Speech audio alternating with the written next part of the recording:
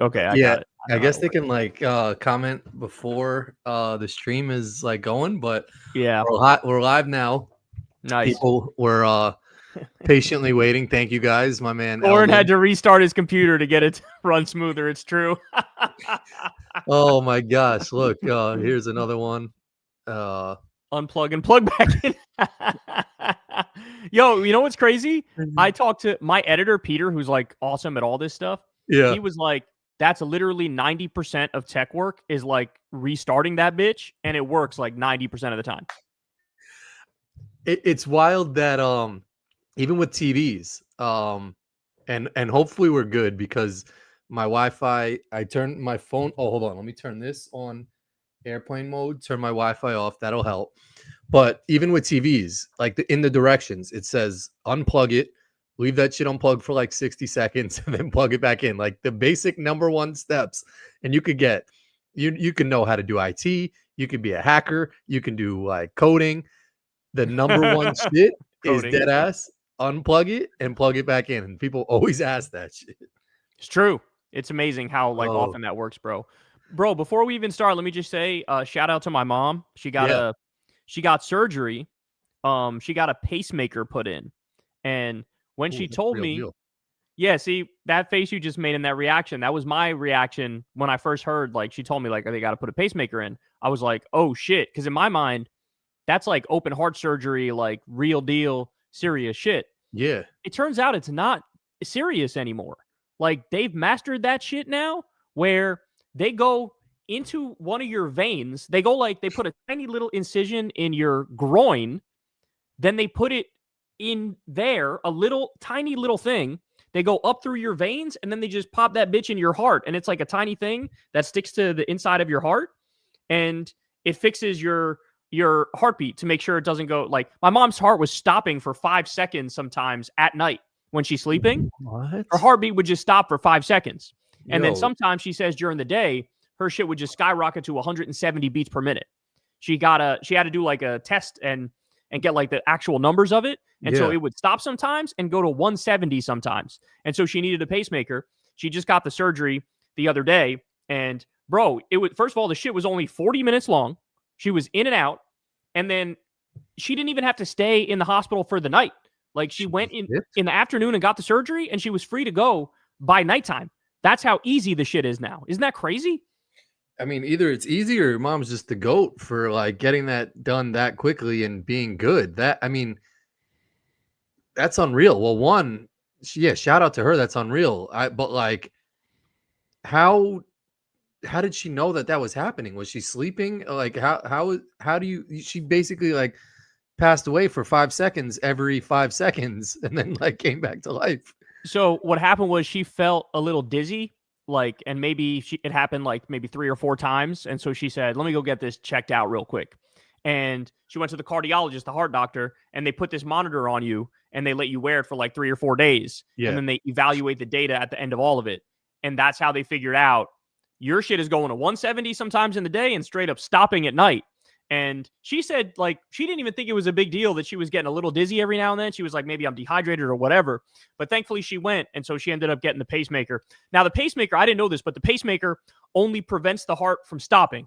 So now it's only like, it's on the top end, it won't do shit. So when her thing goes to 170, it still won't fix that. Apparently it only stops, like if the heart stops, it'll kick it back on. But so now they'd have to give her like a different medication to lower her top end from 170 to get that shit back down. What's a normal heartbeat? Do you know? 130? I mean, I think it varies, but healthy is probably anywhere from like 60 to 90-ish, like a resting heart rate of that, you know? Damn, and it got up to 170? Yeah, it was basically like her heart was giving her a strong cardio workout without her moving. Because that's what Crystal said. 170 is like what her heart would get to when she's in the midst of like a beast cardio workout. Yeah. So it's like she would just be sitting there reading and it'd be like, you know? Damn. So, I mean, one, that's wild that technology has gotten to a level where they can just put that in easily and like not even like, still seems crazy that like they're inserting something next to your heart, you know, like that to me would scare me alone. Like I would be like, Mom, I'm flying in. Like I need to be in the hospital for that shit. But the fact that like they bounce that same day almost gets it like, yeah, I really don't really have to worry about that shit. It seems like they know what the hell they're doing. They knew what they were doing, and I was there. I mean, I'm not kidding when I say I saw her a day after, and Yeah. she looked perfectly fine. Like there was nothing, not a hint of like you seem like you had surgery the other day, or you seem tired or shot. She, if anything, she seemed better than the last time I saw her. Yeah. Damn, that's wild. Well, that's well, I don't pray, but thinking about your mom and like recovery and all that shit, because that's wild. But yeah, like the amount of technology they have for surgeries. I know like what is it, like colonoscopies? They put like a camera up your ass now or something like that, or like a And we're camera. getting to that age, bro. Me and you were getting to that age where they got to put a camera up our ass.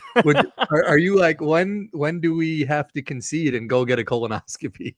I'm not sure if it's 40 or 45 or 50, but it's somewhere in there. They I think they have these crazy technologies now. I forgot what it was. I don't know if Molly got it or if someone got it. Maybe my dad. And shout out, I think my dad's listening to this episode, so I got to be careful what I say now. But like, I think they put cameras down people's like throats now and can like look into your like kind of body and see what's going on with shit. And that's for cancers, for like surgery shit you need. But like they have these small ass cameras that go into your body and kind of can just swim all around and kind of find out what's going on. So you're saying you could swallow it and then shit it out? No, I think it's like a tube that goes in your body that has a camera on it that kind of just does its shit and finds out. And this name just made me laugh that someone has this. That person's been around for a while. I feel like they've been on Twitter and shit. Oh, for real? Yeah, I think so. I think there's been a Kulinski account on Twitter that has me with hair, like girl hair. Yeah. So I don't know. I mean, I feel like it's good now that there's a lot of different shit that can detect what you have if you're sick, but also like every year, like MLB does stand up to cancer, and there's all these foundations where you donate to cancer. Like there definitely should be some cure for cancer by now, because the fact that people donate so much money to that shit. They just killed the funding for a cancer vaccine, bro. They were working on a cancer vaccine, but it was an mRNA vaccine, and RFK killed the funding for all the mRNA vaccines. So now we're screwed. Now it's like we were about to have a cancer cure, and now we won't. So is there something I mean, I think everyone wants RFK out, but like, is Bernie doing something now where he's like trying extra hard to get him out? And like, I just saw he wrote an op-ed.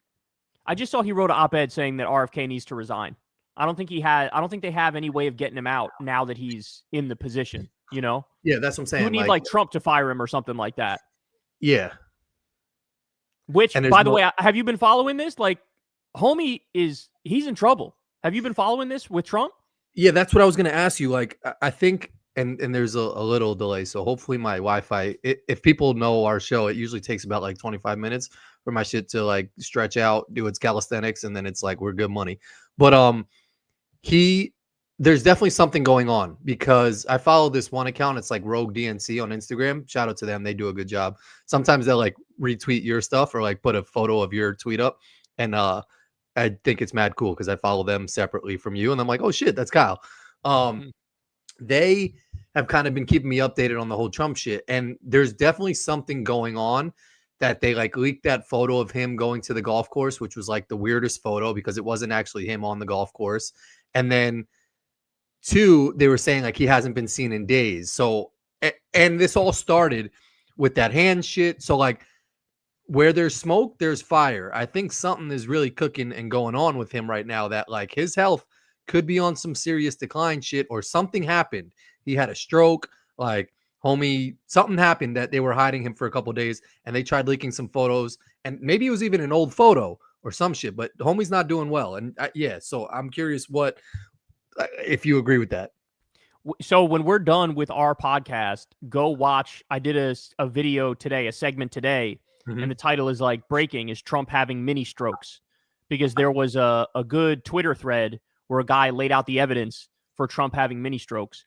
And it's pretty convincing, especially now that when you look at the new pictures that they saw of him, like all the pictures now within the past week of him have been like from a distance. Like how you see a Yeti walking through the woods or a Sasquatch walking through the woods. Like there's pictures being taken from 300 yards away where people can barely get a shot off, and they do. And he's got all the facial feature or a signs of UFO. having a stroke. He's got his mouth open. Apparently, when you have a stroke, your like muscles can't, they're not strong anymore, including your facial muscles. So you'll have shit droop. Your eye might droop, or your lip might droop, or your mouth. They say your mouth could be open, like you have that mouth agape thing, which is sort of like the classic old guy look, is like your mouth is just sort of open a little bit, like, and that's one of the signs. And now in all the pictures that have come out, the real ones that they've taken this week, because he hasn't been in front of people, in front of the press since like Tuesday. Every picture has his mouth like that. He looks like fucking hell. Like you said, he's got the hand things, which show bruising, which means he's been getting IVs of some shit. They added new medications to what he was taking. It looks like his leg, he drags his leg sometimes too, which were signs of mini stroke. So the theory now that I see is he had a bunch of mini strokes in the past, and now he had a mild ischemic stroke, which means he would have real signs. Like he wouldn't be able to talk, or you could tell from how he talks that he's struggling. You could tell by his face. And that, look, it's been a week, bro. He hasn't been away from cameras like this ever since he became a politician. Yep. He's been are you kidding me? This man loves the media. He loves the cameras. And now it's been a week, and they're putting up fake pictures of him golfing. They're fake pictures. They're recycling shit from 2023, and they're recycling shit from like 3 weeks ago, pretending like it's new, bro. And now people are pretending, like Stephen Miller or some of the other Twitter, staffers in the White House are pretending to be him on social media. Like they're trying to tweet like him, but it's not exactly right. You could tell that it's a little different from what an actual Trump tweet would be. So I don't know, man. I'm sort of starting to feel like some shit actually went down. Yeah, I definitely agree. And I haven't seen, has he been tweeting, or like you're saying he has been tweeting, but it's definitely some to him. Has he been firing off tweets? All the tweets, and your stream is kind of fucked up right now, but all the tweets have been like sounding kind of like him, but it's not exactly like him. Like there's something off about it where you can, and somebody actually asked, I should have pulled this up, but somebody asked ChatGPT, hey, analyze these tweets and say like how it's different from how Trump normally tweets. And ChatGPT fired out like a fucking long ass essay. Like, here's how this is not like a normal Trump tweet. The way he's signing off is different than how he normally signs off. The shit he's capitalizing is not like what he normally capitalizes. Like, it's a little off. Something's off about it. So I don't even think he's tweeting shit right now. So I don't know, man. But Crystal's theory, I always got to bring up Crystal's point, because Crystal's like, we're never going to get rid of this motherfucker. Like, he's going to live forever. So just deal with it. Like, everybody's just coping by thinking that. And part of me feels like that too, but I don't know. The pictures I've seen of him, they look so bad. The recent, like, he's never looked this bad ever. Well, I've noticed on I've seen randomly, and I'm getting fed on my Instagram and Twitter, just a lot of like conservative young, like, I don't know if they're influencers or kids that are just out, and they happen to be at his golf course, or they're there and they take a photo with him. And it's not makeup. It's not behind cameras. It's not like staged where he's, looking all pretty. And he, like, to your point, he looks super pale. He looks super old, droopy. Like, his face is just like, it looks like someone who just had a stroke. Like, it just looks like he's seen a ghost, and he looks horrible. And I've started to notice that, and I'm like, he looks really bad. And I put that together with, I haven't seen a lot of, clips of him in front of the cameras speaking a lot, and everything that I have seen, to your point, looks like recycled photos, or it looks like old shit, or it's mad far away. And then you put on top of that, they started asking JD Vance, like, would you be, and I don't know if this is true or not, but I think they asked him, like, would you be ready to be president if, Trump went down or something like that? And the fact that they're even asking that question and he's answering that question makes you start to believe, like, yo, something's going on. But here's an even crazier theory. I wouldn't be surprised if they started like holding contests to have a Trump stunt double be ready to go just in case he did go down, and they had someone on deck to just replace him and fill him in. And they did, have all camera shots be from far away. He's not really in front of the camera close up. And they just had someone ready to go on deck in case he did pass away. As crazy as that sounds, he probably signed off on that. And I'm sure they're already starting to look for someone to do that in case he does go. because he's the only person who could hold together the Republican Party. Like, as soon as he's gone, it's a fucking wrap for a lot of these. The JD Vance does not have the ability to hold together the coalition. Like, there's a 0% chance that he can do that. So, yeah, I mean, I get what you're saying, but the problem is, and this is their issue, nobody's Trump but Trump. Like, you can get the person who's the most like Trump on the planet, like the Trump impersonator. They have some good Trump impersonators, though. They got good ones, but bro, everybody knows like that's not Trump. Like it could be, damn, that's a good Trump impersonator, but everybody, he's so famous, he's been known for so long that everybody can tell by looking at him like that's Trump. You know what I'm saying? So it's just a tough one. You can't really fill his shoes. But I like your theory. I like the idea that, like, because they all want to do full fascism, and so they would want Trump to still be alive to usher it in, but they would just have him at a distance from the cameras and still tweet pretending to be him and try to finish the rest of the agenda while he's dead, like on some Weekend at Bernie's type shit. Yes. And it's wild. And I've always said this, that like every movie you've watched, there is some truth somewhere to it. You know, like The Day After Tomorrow, I've always said there's kind of crazy global warming shit happening now. They said that dumb long ago. Weekend at Bernie's, you watch that movie and they're like, how could this be real life, where they're prancing out this guy and people still believe he's alive and shit. Whether or not like he's alive or people just want the idea that he's still alive, nothing surprises me anymore with what they do. And like, I mean, that started with Biden, how like they completely lied to us of like how dude was healthy and how he like is fully capable of, like, he knows what's going on, he's still competent, and then literally just lied straight to our face. And then like 2 weeks later, they're like, nah, matter of fact, he's got cancer. And you're like, oh, okay, you just discovered that shit. Like, so like on both sides, it's kind of crazy that like they would just go to any extent to make you believe that someone's still alive. So like low key, homie could be dead right now for all we know. But like JD Vance is not that much better. So like if he's the new president, I mean, he still would have to finish out the term, and that dude could probably fuck up shit way worse than, I mean, he probably couldn't do worse than Trump, but he doesn't at least even had that gangsterness that Trump has. So like he scares me more as president than if Trump were to finish out the term, maybe. Yeah, no, for sure. For sure. But Democrats did eventually shiv Biden. If you remember, like it was Nancy Pelosi and Barack Obama were like, nah, bro, you got to go. Because it was too, like the debate performance was so bad that other top Democrats were like, are we really doing this? I don't think we should be doing this. The thing with Trump is it doesn't, like, you could literally have him be laying on the ground, a fucking carcass with like flies over his rotting body, and Republicans would be like, that's our president. We want him to run for a third term and then a fourth term. They would have his fucking carcass and wheel it out. So I definitely think there's a difference. But JD Vance, he's so rizless, bro. He's so like, there's the X factor where, you know, a politician is just like is charming and charismatic and like you just want to hear them talk. That's a thing. But then there's also like the anti-X factor. And this motherfucker has the anti-X. He could, even if he says something that's true, you look at him like, shut the fuck up, you little bitch. You want to dunk his head in the toilet. He's just a fucking dweeb, you know? Even the Nazis hate him. Did you see this? Even the fucking far right-wing Nazis, like the Nick Fuentes types, the Groypers, they call themselves, even they are like, I would never, they say I would vote for Gavin Newsom over JD Vance in a second. That's kind of wild. And like, right?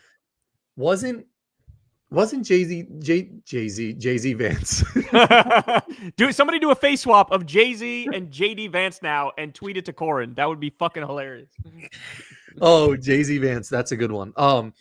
JD Vance, wasn't he was like really against Trump too, right? Was he ever kind of like more not conservative? He was liberal. Yeah.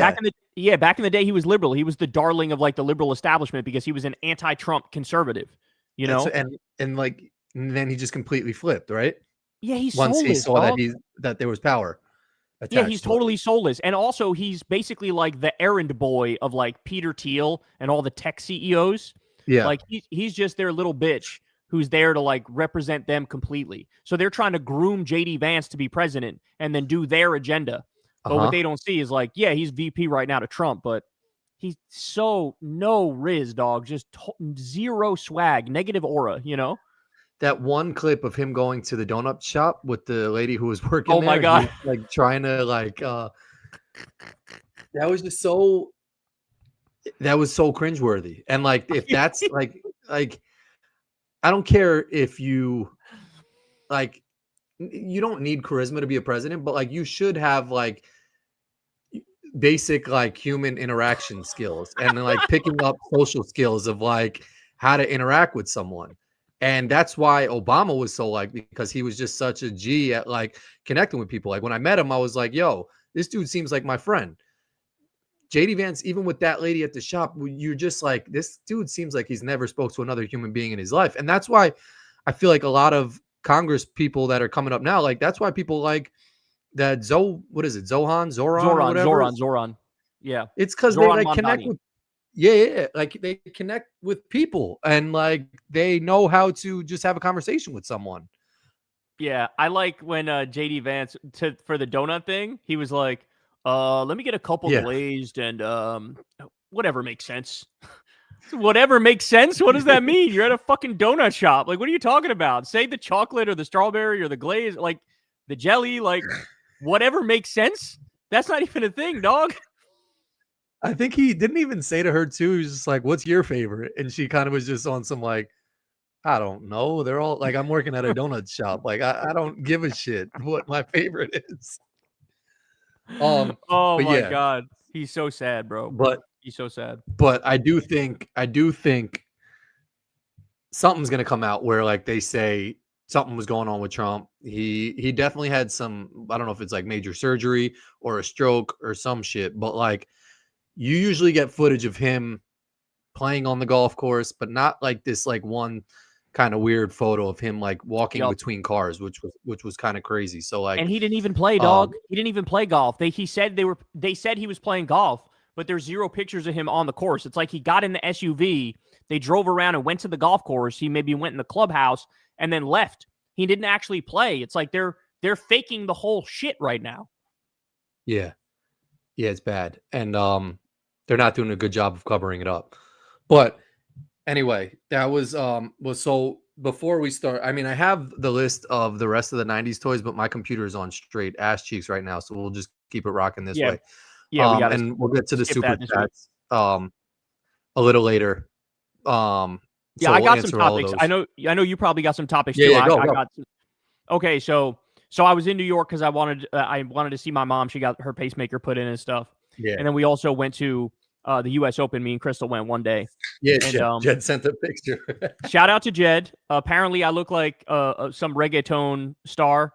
And did he say J Balvin or no Bad Bunny?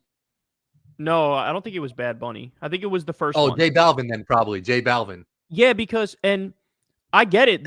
I get it with the picture because he doesn't look like me, but it's the fact that he's got the same hair as me and he's got the same facial hair as me and he's got similar eyes. That those three things, the hair, the facial hair being the same and the eyes being the same, that alone makes it like, oh, it looks just like him. So shout out to this dude, this reggaeton dude, and shout out to Jed. But and when the skin complexion too, because he's like a lighter, the skin complexion's there too. Yeah, I'm a darker white boy and he's a lighter Hispanic dude. So it's sort of we're both in that zone where. But anyway, yes. Here, I'll show everybody. We got the picture right here. I'll try to show everybody the budget way. Let's see. Here we go. This is the picture. People can see. Ah, there you go. See? It's just the same hair, the same eyes, and the same facial hair, but that's really it. But close enough. It is wild that like the facial hair does grow the same as you. Yeah, it's funny because I don't know many people who have exactly the same growing pattern that I have, where like it comes down here and then I got it in the chin, but like I don't have the area in the goatee where it goes all the way down. Like I can't do those. Yeah, I can't do that. I can't do the line all the way down. And I also, it grows thicker here and less thick here and here. And he's got the exact same pattern as me, which is crazy. I don't know if I've ever seen that shit before. But anyway, so we were at the U.S. Open, and at one point, I went to the bathroom, and it was packed. You know, like long-ass line to go to the bath, even the men's bathroom. I know the women's bathroom is always worse, but the men's bathroom also had a little bit of a line and shit. And I'm going to say something controversial here, but everybody knows I'm telling the truth. And everybody knows in their heart of hearts, if they're being honest, they'd say I was right. Yep. It's sort of bullshit that All of the people, all the dudes who go to the urinal and take a piss, when they leave, they wash their hands. Oh yeah, it's a wrap. Bro, you're telling me that it's some virtue signal ass shit, because you know when you're at home and you take a piss, you're not fucking going to the faucet and like is your dick is not really that dirty, bro. Like It's not like you're putting your hands in your asshole. You're not like wiping your ass. Like I get it. When you take a shit, yeah, wash your hands. Don't be a savage, 100%. of course. But if you're taking a piss, like who are we kidding, dog? That's no different than like, oh, I touched my elbow. Now I got to go wash my hands. Like, what are you talking about? My dick wasn't OD sweaty and disgusting. Like my dick was fine.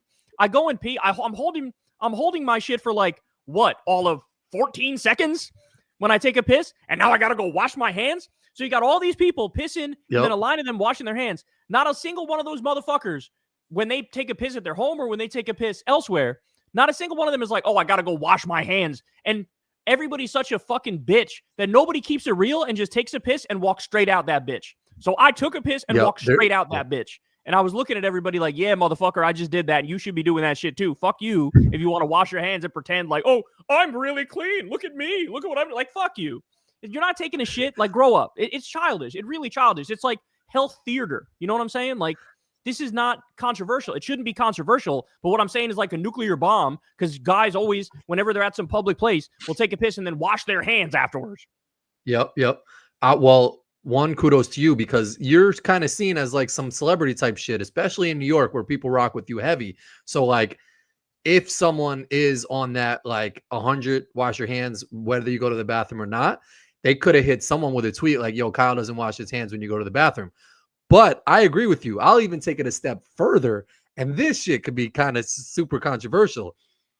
You could drop a deuce and like you could put so much toilet paper on your hand that when you're wiping, you don't even touch anything but the back of the toilet paper. So you could almost even just dip out the bathroom on that shit too. Like you're not even touching anything. That's true. So like that one is a little bit more dicey, but you're still not touching anything.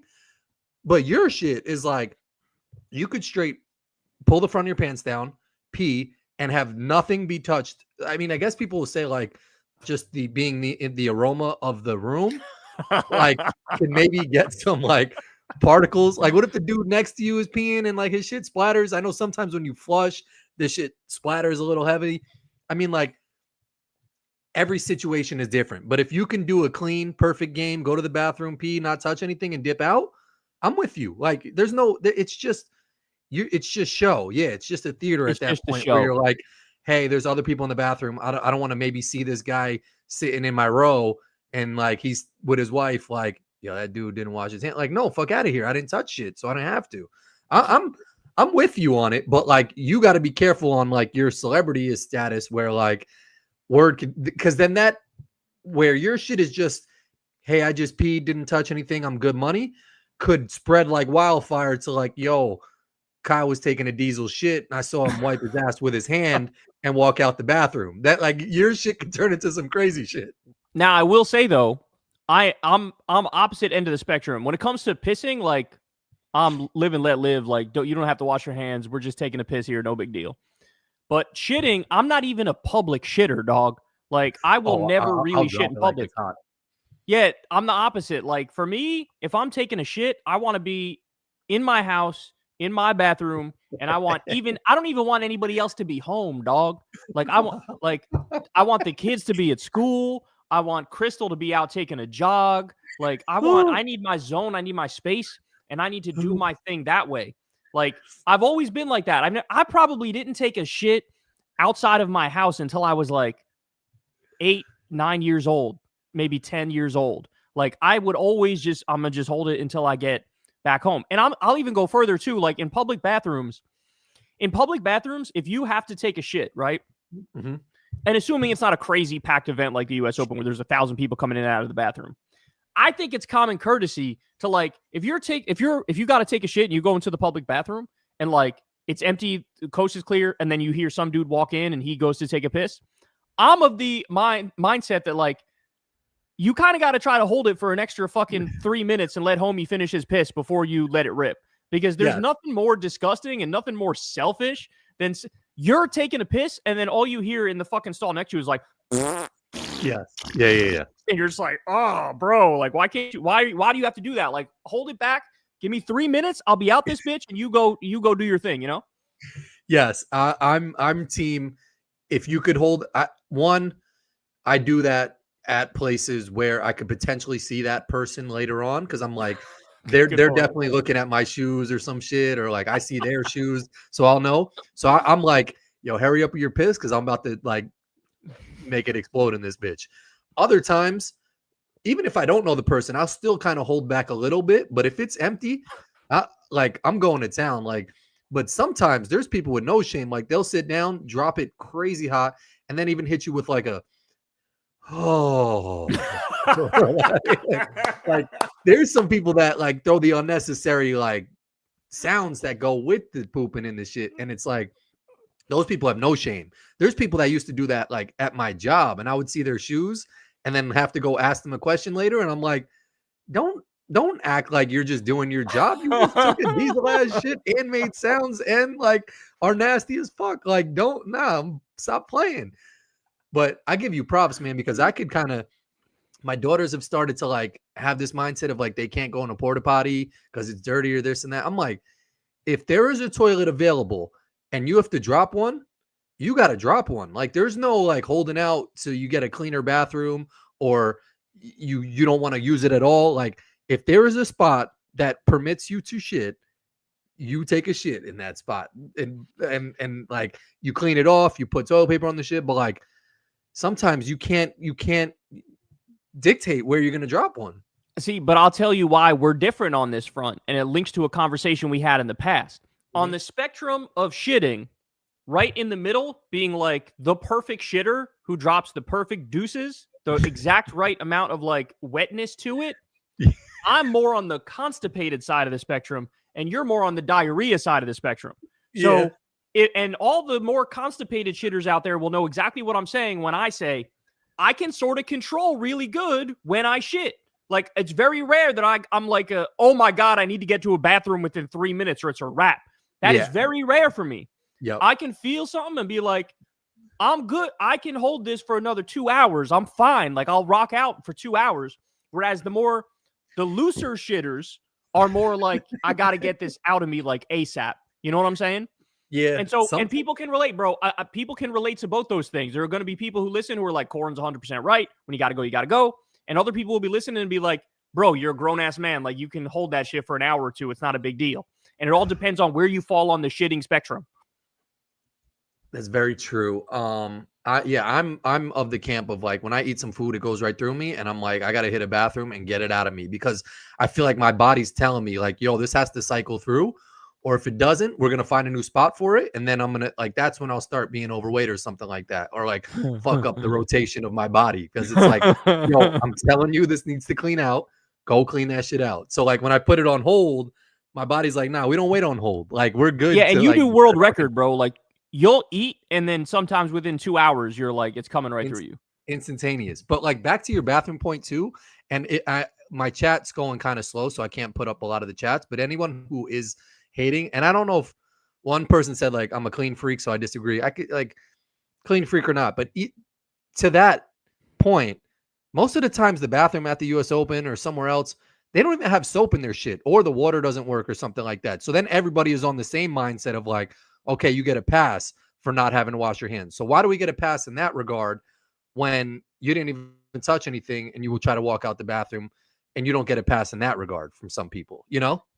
Exactly. And by the way, I agree with that person, though. Like, that's the crazy thing is I'm a little bit, I would call myself like a mild germaphobe. I'm not crazy with it. If you want to shake my hand, I'll shake your hand. If you want to fist bump, I'll fist bump. Like, I'm not crazy with my germophobia, but I do get triggered if somebody talks to me and their face is too close and they're like potentially within the zone of like, if you're sick, I'm going to get sick. I will be like, you got to give me a little bit more space. You can't be right here and fucking talking to me. You got to give me a reasonable amount of space. And I even would appreciate it if you don't aim your mouth directly at me when you talk to me. Aim that bitch a little bit to the side because I don't want to get that shit all over my face. You know what I'm saying? So like, I'm a little bit of a germaphobe myself. And even as a germaphobe, I'm giving all the men out there a green light. Go and take a piss and don't wash your hands. It is okay. That is not, It's fake to pretend like, what is that hand wash doing, bro? Yep. What is that hand wash doing? I'm telling you, you didn't shove your hands up your asshole. You just touched your dick. Your dick, unless you got the sweatiest motherfucking most disgusting dick in the world that's got cheese and fungus growing on it, go ahead, take a piss, and then walk out. Like, respect yourself as a man. Don't do the health theater nonsense where, who's going to pat you on the back because you decided to fake wash your hands after you took a piss? You take 17 pisses a day. Are you washing your hands after every time you piss? You're washing your hands? Really? Nope. It's almost like I thought it was weird, and I've mentioned this before, but I think I had a third grade teacher who brushed her teeth after everything she ate. It's almost like brushing your teeth after every single thing. Like if you have a bag of chips, you're gonna brush your teeth. If you have a seltzer, you're gonna brush your teeth. You have dinner, you're gonna brush your teeth. It's like, no, you save that shit for maybe 3-4 times a day, or like morning, maybe in the middle of the day if you want to brush your teeth, if you've had some soda, your teeth are feeling nasty, and then at nighttime. Same thing with washing your hands. Like, wash them obviously when you wake up. If you shower, go about your day. If you do some dirty shit, obviously wash your hands, get shit off. But if not, you have designated times when you wash your hands, and that's like how you build a little bit of, immunity. Immunity, gangsterness on your hand. And then at the times you need to wash your hands, you wash them. So yeah, I'm okay with that. I don't find that crazy, but I'm sure that there's people that are like, yeah, you're bugging. Yeah, no, and on the toothbrushing thing, I think Crystal tries to brush after every time she eats. She's like that. She's got like perfectly white, pearly white teeth. She does. She's sort of freaking out. But what's so funny is she's had 1 million cavities, and I've had like 2 in my life. So that's the same with Molly too. Molly's got like beautiful white teeth, but she's at the dentist and they're like, yo, you got mad cavities, this and that. And meanwhile, like, I'll eat like 47 bags of this shit, and like I'll be at the dentist and I haven't been there in like 97 years. And they're like, your teeth are right. You just kind of just need a little bit of a cleaning. I'm like, yo, good looks. That's the same with me. So I'm a 2 times a day brusher. She's a every time I eat, I brush. And yeah, I don't know. I just feel like there's probably like a window that's acceptable, and I don't even think it'd be crazy. There are probably some people out there who brush once a day, and that might sound nasty, but I bet it's fine. Like, it would only be a problem if it actually, like, if you do it like once every 2 days, then it's like, okay, that's okay. You're a little funky. You got to be on top of that bitch more. But yeah, I used to be a shower every day guy, sometimes even showering 2 times a day guy. And I don't know. I think that's too much, bro. I think that's probably too much. I don't think that's actually good, Yeah, I would think two is a lot. I've gone stretches now where it's like a day or 2, and like my body, I'm still fine. I used to do every morning, and then I would even do like at night, do twice a day. But like, I've gotten to a point now where I'm just like, it's a lot of work to shower and like get dressed. It's because we have kids. That's what it is. Like, we have kids now, so we can appreciate like you know what, I'm good today. I don't really need to, you know what I'm saying? Whereas if you're younger and it's part of your routine, like, I understand people who use a shower as like almost like part of their morning ritual to help wake them up. Yes, like, I like that. You need that. Sometimes you need that spark to get you going. It's not enough to just like roll out. You know what I'm saying? So I get that completely. But when you have kids and you're as busy as we are, then it becomes like, am I really going to spend 20 minutes showering when I only have like 20 minutes to even fucking just chill out? Like, nah, I'm going to lay in bed, Wait, so how was, what matches did you see at the US Open? Because it's kind of been popping. There was that one shit, I don't know if people are following, but there was a girl, Townsend or something like that, from the US. And then there was this other girl that lost to her and started shitting on her about her education and shit. And what's your, I don't know if you're a tennis kind of aficionado or know etiquette or whatnot, but apparently she didn't like apologize when the ball hit the net, and then she warmed up differently than how she's supposed to. And that's kind of what the girl was alluding to when she was saying education. Do you have any thoughts on that? I'm just curious. Yeah, so she said Ostapenko was the one who was yelling at Townsend. Ostapenko is this like fat white girl. Yeah, it was like the 2 perfect people to get into an argument for what media needs for a controversial take. Totally. So she's like a fat white girl from like one of the post-Soviet bloc states, and she's a big hitter, but she's heavy. Her last name's Ostapenko. Then you have Townsend is a Black American girl, And Ostapenko said to her at the end of the match after Townsend won, basically what she said, according to Townsend, was you're classless and uneducated, is what she said. Kept, like, repeating that, yeah. Yeah, and Townsend was like, that's fucked up. And then what Ostapenko tried to say afterwards to try to correct the record is like, no, I didn't mean like uneducated. There's like a little bit of a language barrier. What I was trying to say is she has bad tennis etiquette. And that's what you're referring to, that like, yeah, when you hit the ball in tennis, if it hits the net and barely gets over and you score a point that way, that's sort of viewed as like a cheap point because it hit the net and barely went over. So it made it impossible for the person to get it. And usually after you do that in tennis, the person who scored the point goes, my bad. Like they put their hands out like, my bad. I didn't mean to score a cheap ass point like that. But the problem is, so Ostapenko said that shit and Townsend was just like, sort of like, hey, that's sort of fucked up. And then Ostapenko sort of doubled down a little bit after the fact and basically was like, got all these people calling me racist. I'm not fucking racist. What I was trying to say was this, like, fuck all y'all motherfuckers. Yeah, she didn't even really like apologize her first time. But then the day after that, apparently her management or some shit talked to her and were like, bro, you got to clean this shit up. And she was like, oh, yeah, oh, my bad. It was a misunderstanding, a language difference, whatever. But here's the thing. Like, if it really was, if she was trying to say what she said she was trying to say, why did she use classless? Right? Like, uneducated, you can make an argument that there's a stretch of like, you're not educated on proper tennis etiquette. Yeah. There's a stretch of an argument there. But classless is like, nah, you're just a fat racist bitch. You know what I'm saying? So I really think she was being a little bit of a fat racist bitch against Townsend. And then Townsend, by the way, do you want to talk about keeping it real as fuck? In her press conference, when she was asked about it, she was like, she didn't even call Ostapenko racist. She was just like, yeah, you know, what she was saying was messed up. And I think her problem is she wants to control other people. And she doesn't understand that you really can't control other people. So if I'm reacting in a way you don't like that's sort of a you problem. And you got to deal with your own emotions and handle that shit. And that's a gangster point. Like, that's a true point. Like, because if you lose a match and somebody celebrates like even obnoxiously, in your head, you could go, fuck this motherfucker. Like, fuck you, reel it in a little bit. But when you come to the net and dap it up, you got to be like, good match, like good playing, right? You got beat. And then just keep it moving. The problem is Ostapenko, she was saying like, fuck this bitch in her head. But then when she got to the net, she was like, you're classless, you're uneducated, this and that. And it's like, nah, that's on you now. Your punishment for losing is that you get to watch the other person even like arrogantly celebrate. Like, that's your punishment, is you got to watch that, you know? Yep. Yeah, I agree. She was on some, I mean, if you can't be tight, like she beat you, regardless of how she beat you, there wasn't any rules against it. It's not like she got points deducted, you know, whether she did it how you wanted or how you didn't want it. It's the same thing. And this happens in basketball too.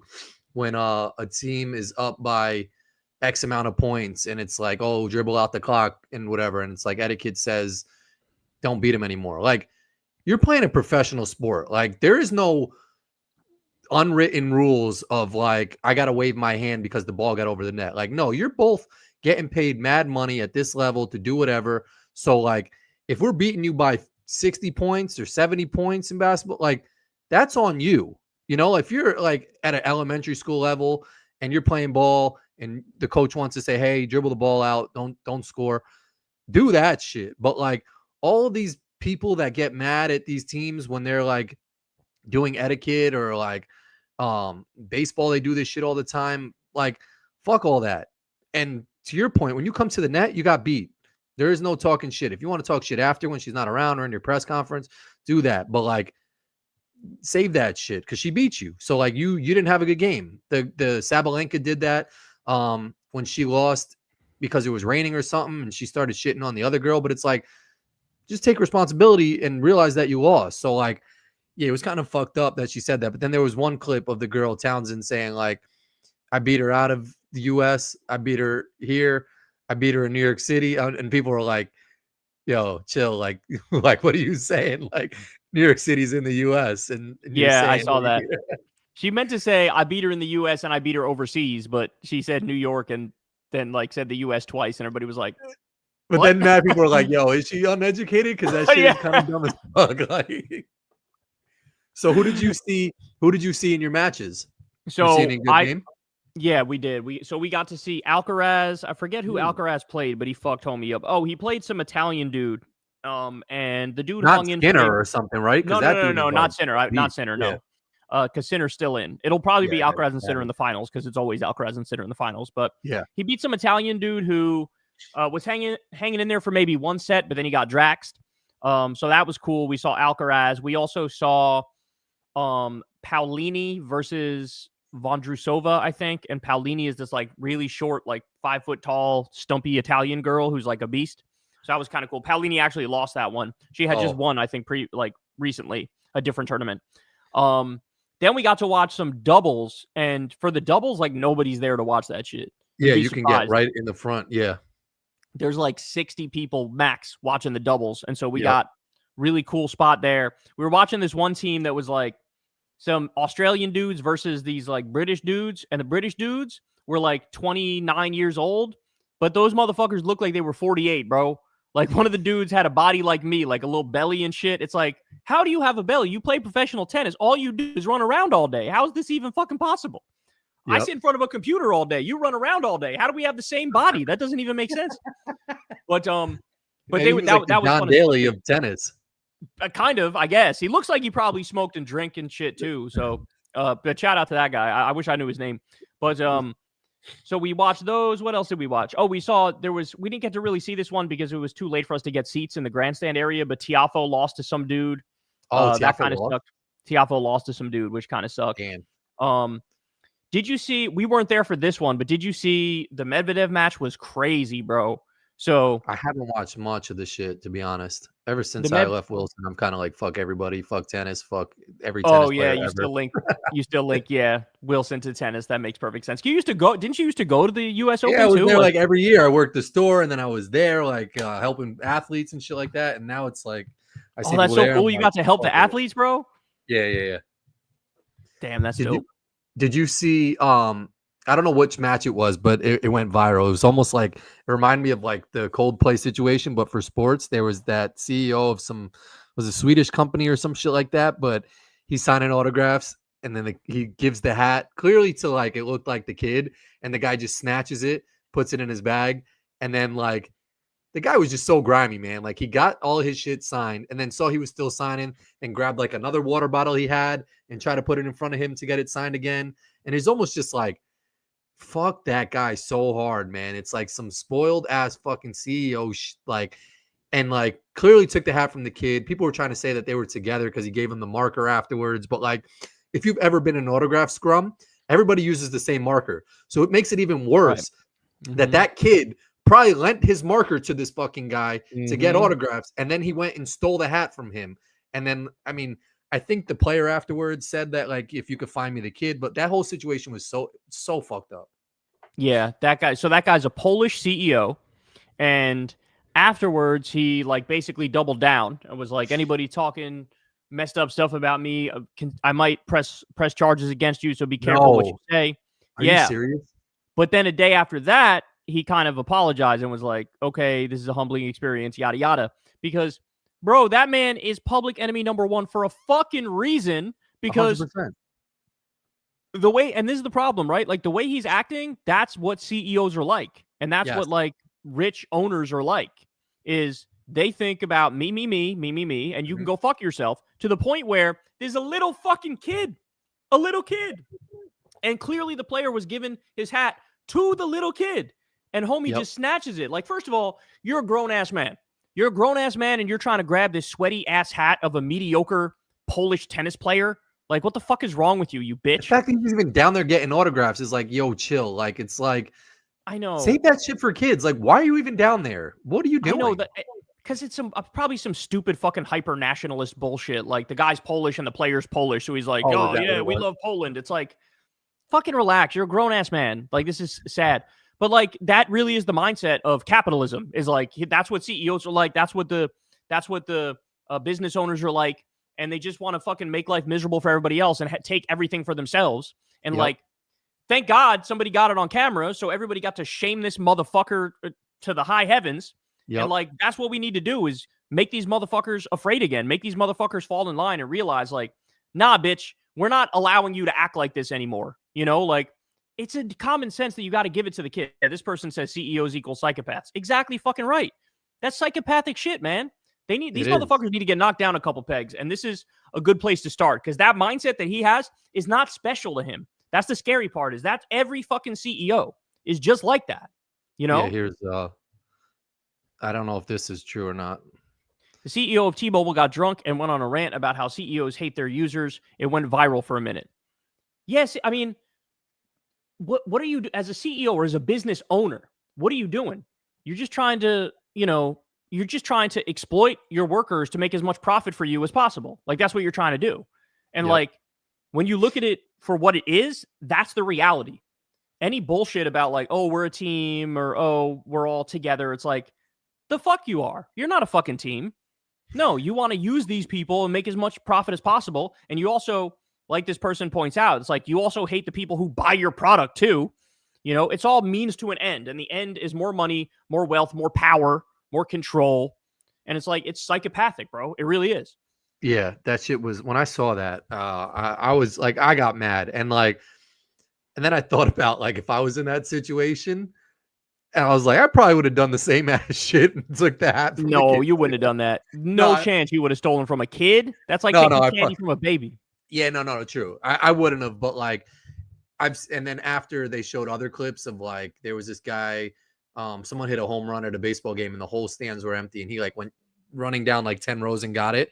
And then like a little girl walked up and like he celebrated, and then right away he gave the ball to the girl. And I was like, I probably would do that shit. But I know what that's like because I used to be that kid like waiting for autographs.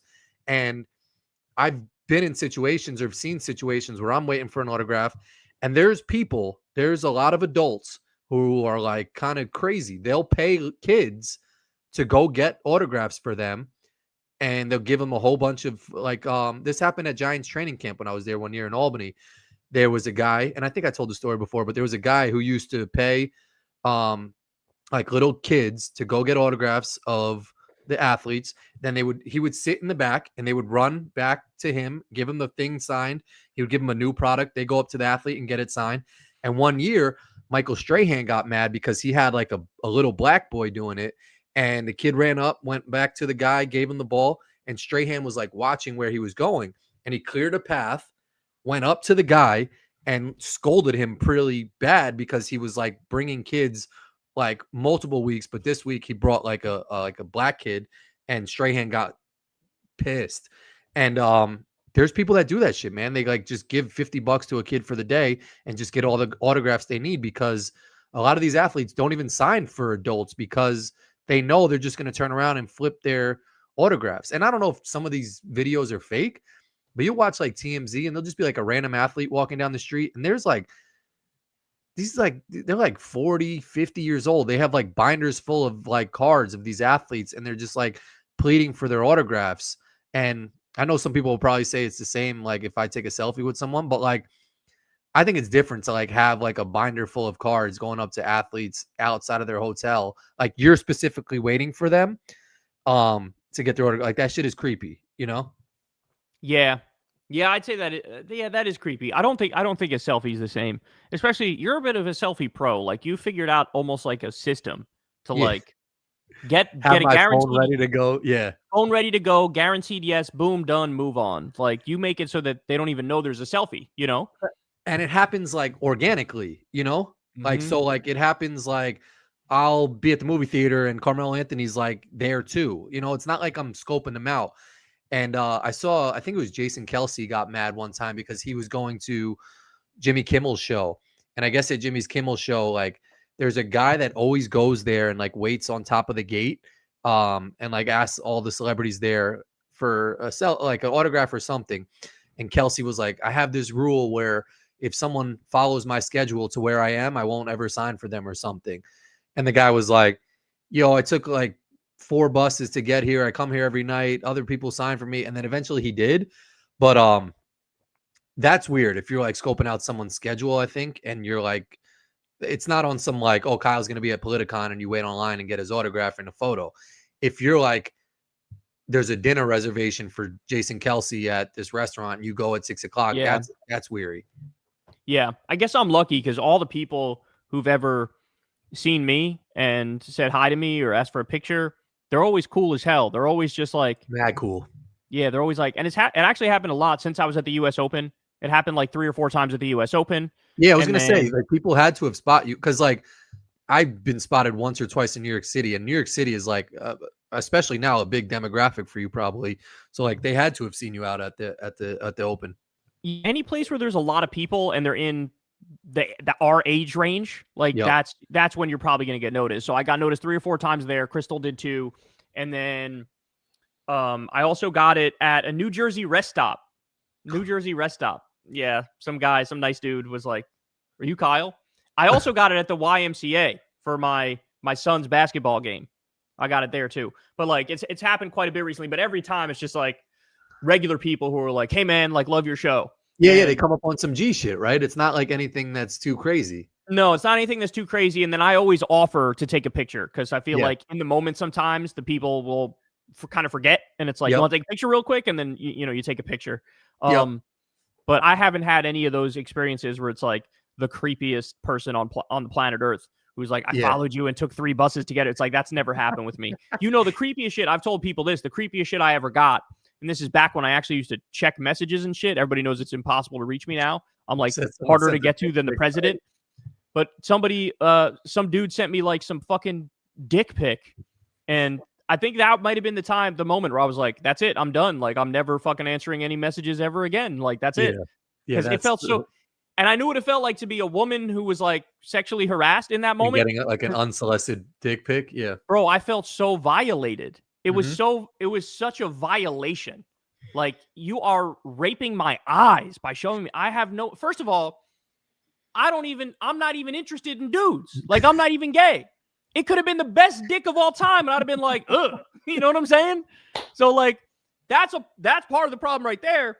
The second part is nobody asked for this. I don't want this shit. Like, what are you doing? That's wild that, like, he's even allowed to send that, because, I mean, even if you type in a tweet with a curse word in it, or if you type in a tweet that's, like, controversially, like, could start an argument or some type of, like, shit with someone, Twitter, like, will have a pop-up, or someone, Instagram is like, you sure you want to send this shit? It seems like this message is a little fucked up. And you're like, fuck it. I'm not going to get into this argument. The fact that they can't fucking identify a dick being sent is a little OD and concerning, that Grok can't even pick that shit up and be like, this may be a dick. Are you sure you want to send this? Or you're not allowed to send this shit. This may be a dick. Are you sure you want to send this? Imagine you're like, this is not a dick, and I want to send it. I think if I remember correctly, I feel like it may have been like Facebook back in the day through whatever the messenger was on Facebook. I don't really remember. I actually don't remember what platform it was on, but if I had to guess, I'd say it was like Facebook. Yeah, Facebook probably allows for whatever. And I was like, okay, I'm done. That's it. So, but yeah, one of my first thoughts was like, this has to be a crime. This has to be a crime. And 100%. I think I reached out, if I remember correctly, I feel like I reached out to Lilith and I was like, this is this person's name, ban them from everything. Like, ban them from listening to the show, ban them from commenting on the show, ban them from seeing any of my videos. Like, however you can ban this motherfucker, ban them 58 ways to Sunday. And you could ask Lilith, I'm the least banner person ever. Like, I never ban people for shit. But when I got violated like that, I was like, first of all, I feel like this might be a crime. So this dude should be getting arrested. Second of all, ban this motherfucker every way possible. And so that's when I was like, he ruined it for everybody, bro. Because now nobody can reach me for shit because this asshole sent me a dick pic in like 2013, you know? Oh, you just muted, bro. You just muted yourself. Still muted, still muted. Is it me or is it you? Oh, you clicked mute by accident. Unmute yourself. You're still muted. See the little microphone with the line through it? That means that you're muted.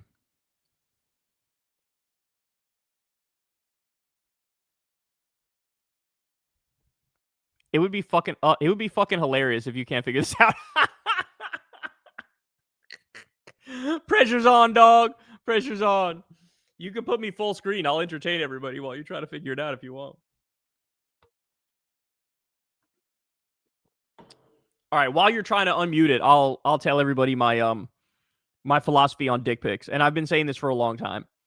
Like, what I need to get across to all the young men out there is literally nobody wants to see your dick. Like, there is not a single person on earth. I don't care. Well, hold on. I'm not gay, so I don't know for all the gay dudes out there. You let me know if it's different in the gay community. Like, are gay dudes low key like, damn, I want to see that dude's dick? Because maybe it's different in the gay community. I'm not sure, but I can say with certainty that all the women, nobody wants to see your dick. Like, it's just dicks are not attractive. Even straight women, like, the dick is a functional thing, right? Like, the dick is good insofar as it'll get them off. You know what I'm saying? Like, they'll be able to orgasm from sex with it, but it's not good looking. It's not attractive. It's not like, oh, you're back. Your shit works now. Okay. It was I know how to hit the unmute button, but it was saying my browser lost connection. So like it muted me, which is a weird thing. So like for anyone who didn't think I knew where the unmute button was, I knew where that shit was. It was just like I should have let you go for a little bit longer though. No, but yeah, I mean, my theory on dick pics is basically, except I don't know, gay people might be different. They have to speak on their own shit. Yeah. Yep. But in terms of like, I'm sorry, young straight men, I take it from two young straight guys, right? Like, we were teenagers and shit one time too. Don't ever, like, I'm sorry, women just don't want to see your dick. And also, another key important point for young men, any sort of like thirst trap picture, like you trying to be sexy in a picture, stop it. Stop it. It's not the same. It's not the same. If a woman wants to take a sexy picture and make a sexy face and like do a sexy pose or whatever, that's one thing and that shit'll work. But if you try to do some, like, I'm going to do a sexy face like the fucking Blue Steel Zoolander, like, yeah. Don't stop it. Stop it. Because it's never going to actually be sexy. You're going to look goofy as fuck. You're going to look silly. You're going to look like you take yourself way too seriously. So don't send dick pics. The only time you could send a dick pic is if a girl is telling you, I would like you to send me a picture of your dick. Then you're allowed to do it. But that's very rarely going to happen. There's a motive behind it. So like, be careful, even if someone were to request that. True. Yeah. Like that would just be like the girl almost letting you know for sure. Like I am interested in you and let me just see what you're packing. It's one of those things. You know what I'm saying? But it's rare. It's rare. Cause if a woman really likes you, she probably won't even care. Like, I mean, she doesn't want you to have a micro penis, but there's a wide variety of sizes of penis that she'd be okay with if she actually likes you. You know what I'm saying? Yeah. Hopefully she wouldn't like not like you if the size wasn't there. But like, I don't know, some girls are superficial and that would be a turnoff, but hopefully not. Speaking of that, Molly brought up that like Jason Kelsey again, his wife met him on Tinder or something like that, and she was just blown away the fact that like she was just a regular ass girl and now she's gonna be Taylor Swift's sister-in-law. And I kind of was like, that is crazy. But then there was also like Meghan Markle, who was just a regular ass chick and became like a princess, which is even wilder, you know? And she was like, yeah, but she was like an actress. Kelsey was just literally on a dating app, and now like Taylor Swift, the most popular girl in the world, is her sister-in-law, which is wild. But I still think it's more wild that Markle is a straight princess. Yeah, but it's also crazy because like these are just regular ass people. Like I get the feeling that both Taylor Swift and Meghan Markle, to some extent, in their heads are thinking like, why do you motherfuckers care about my personal life? You know what I'm saying?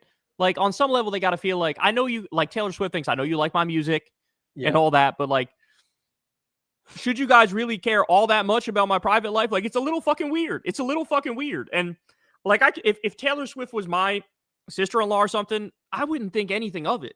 It would just be like, okay, you sing. Congratulations. You know, like, hey, I like some of your music. Your music's pretty good. But if she like comes over for Christmas, what do you think happens? Like, it's the same as anybody else's fucking Christmas or anybody else's holidays. Like, you're going to eat some shit. You're going to watch the fucking Lions game, right? No, that's Thanksgiving, the Lions game. I think they have that. No, they play on Christmas now too. No, I don't know if the Lions, but like the Chiefs or something did.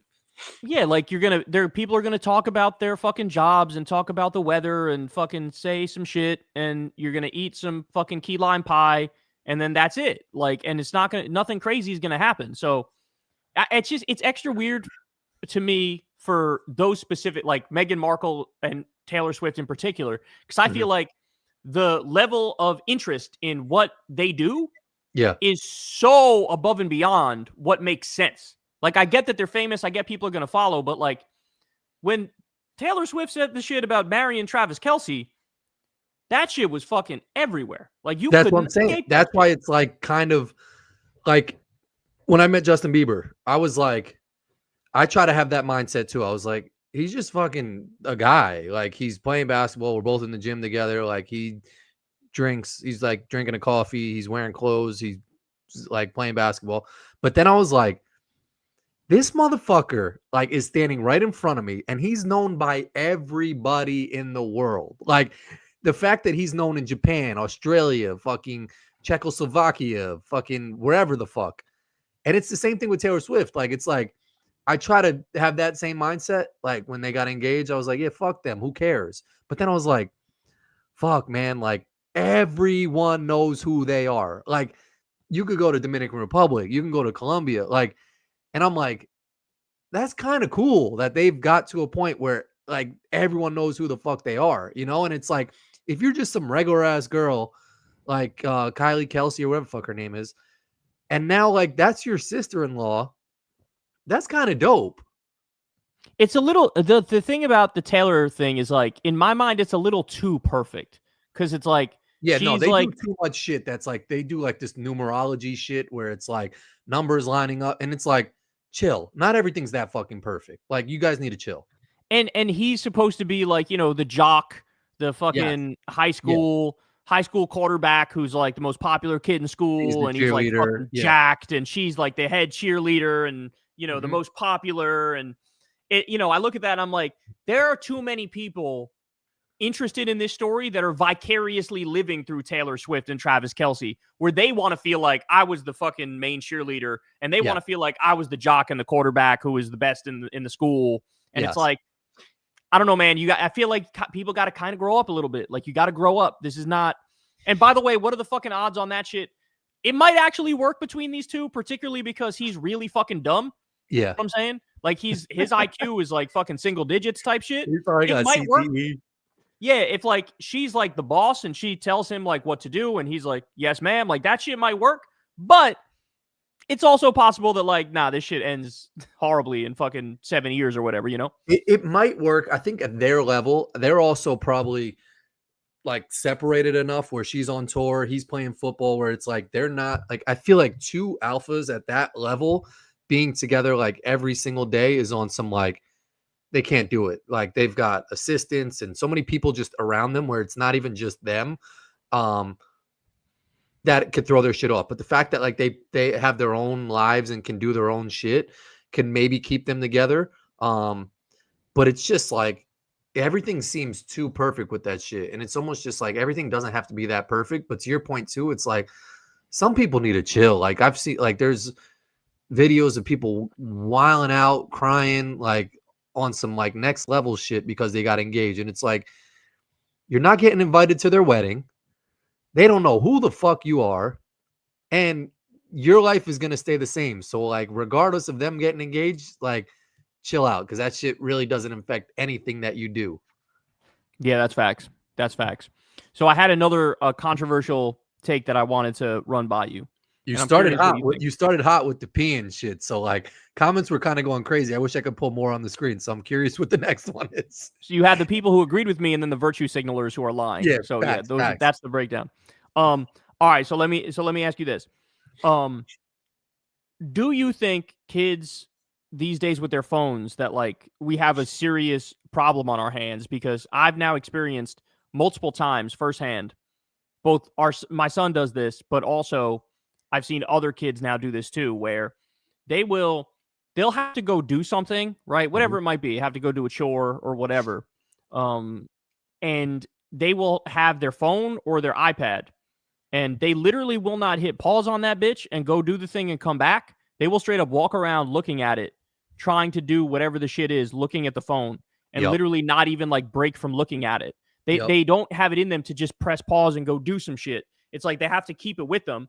And then the issue is like a lot of them are doing YouTube shorts. And YouTube Shorts are literally like nuclear war on your attention span, where now it's like you could only fucking think in like 16-second sound bites. And if you can't get that bitch in 16 seconds, it's a wrap. Like them watching a long form YouTube video with some deep level fucking documentary type shit, not happening. 0% chance, because they'll lose. They'll be off in outer space like right away. They can't follow it, right? Yep. So do you think we have like a real problem now with this generation, or is it just like a moral panic where eventually these kids will grow out of it and like they'll be able to do some, they'll just be on some normal shit? Like, because there was with our generation, it was like video games, like, oh, video games are making these kids fucking stupid. They're going to waste all their time doing that. They don't go outside. There were all these things about that. And I feel like that largely was bullshit, because we're balanced enough where like I could walk away from a computer. I could walk away from a phone. You know, I could walk away from video games, no problem whatsoever. I like going outside. I like being in the sun. I like doing some sports shit, right? Yep. But I don't know. Is it different now for this younger generation? Because low-key, I do sort of feel like I don't know if they'll be able to shake this habit, because they've mastered the internet, the companies have, where they've made everything like crack. It's so fucking addictive that kids need the hit like it's an actual drug, you know? Yep.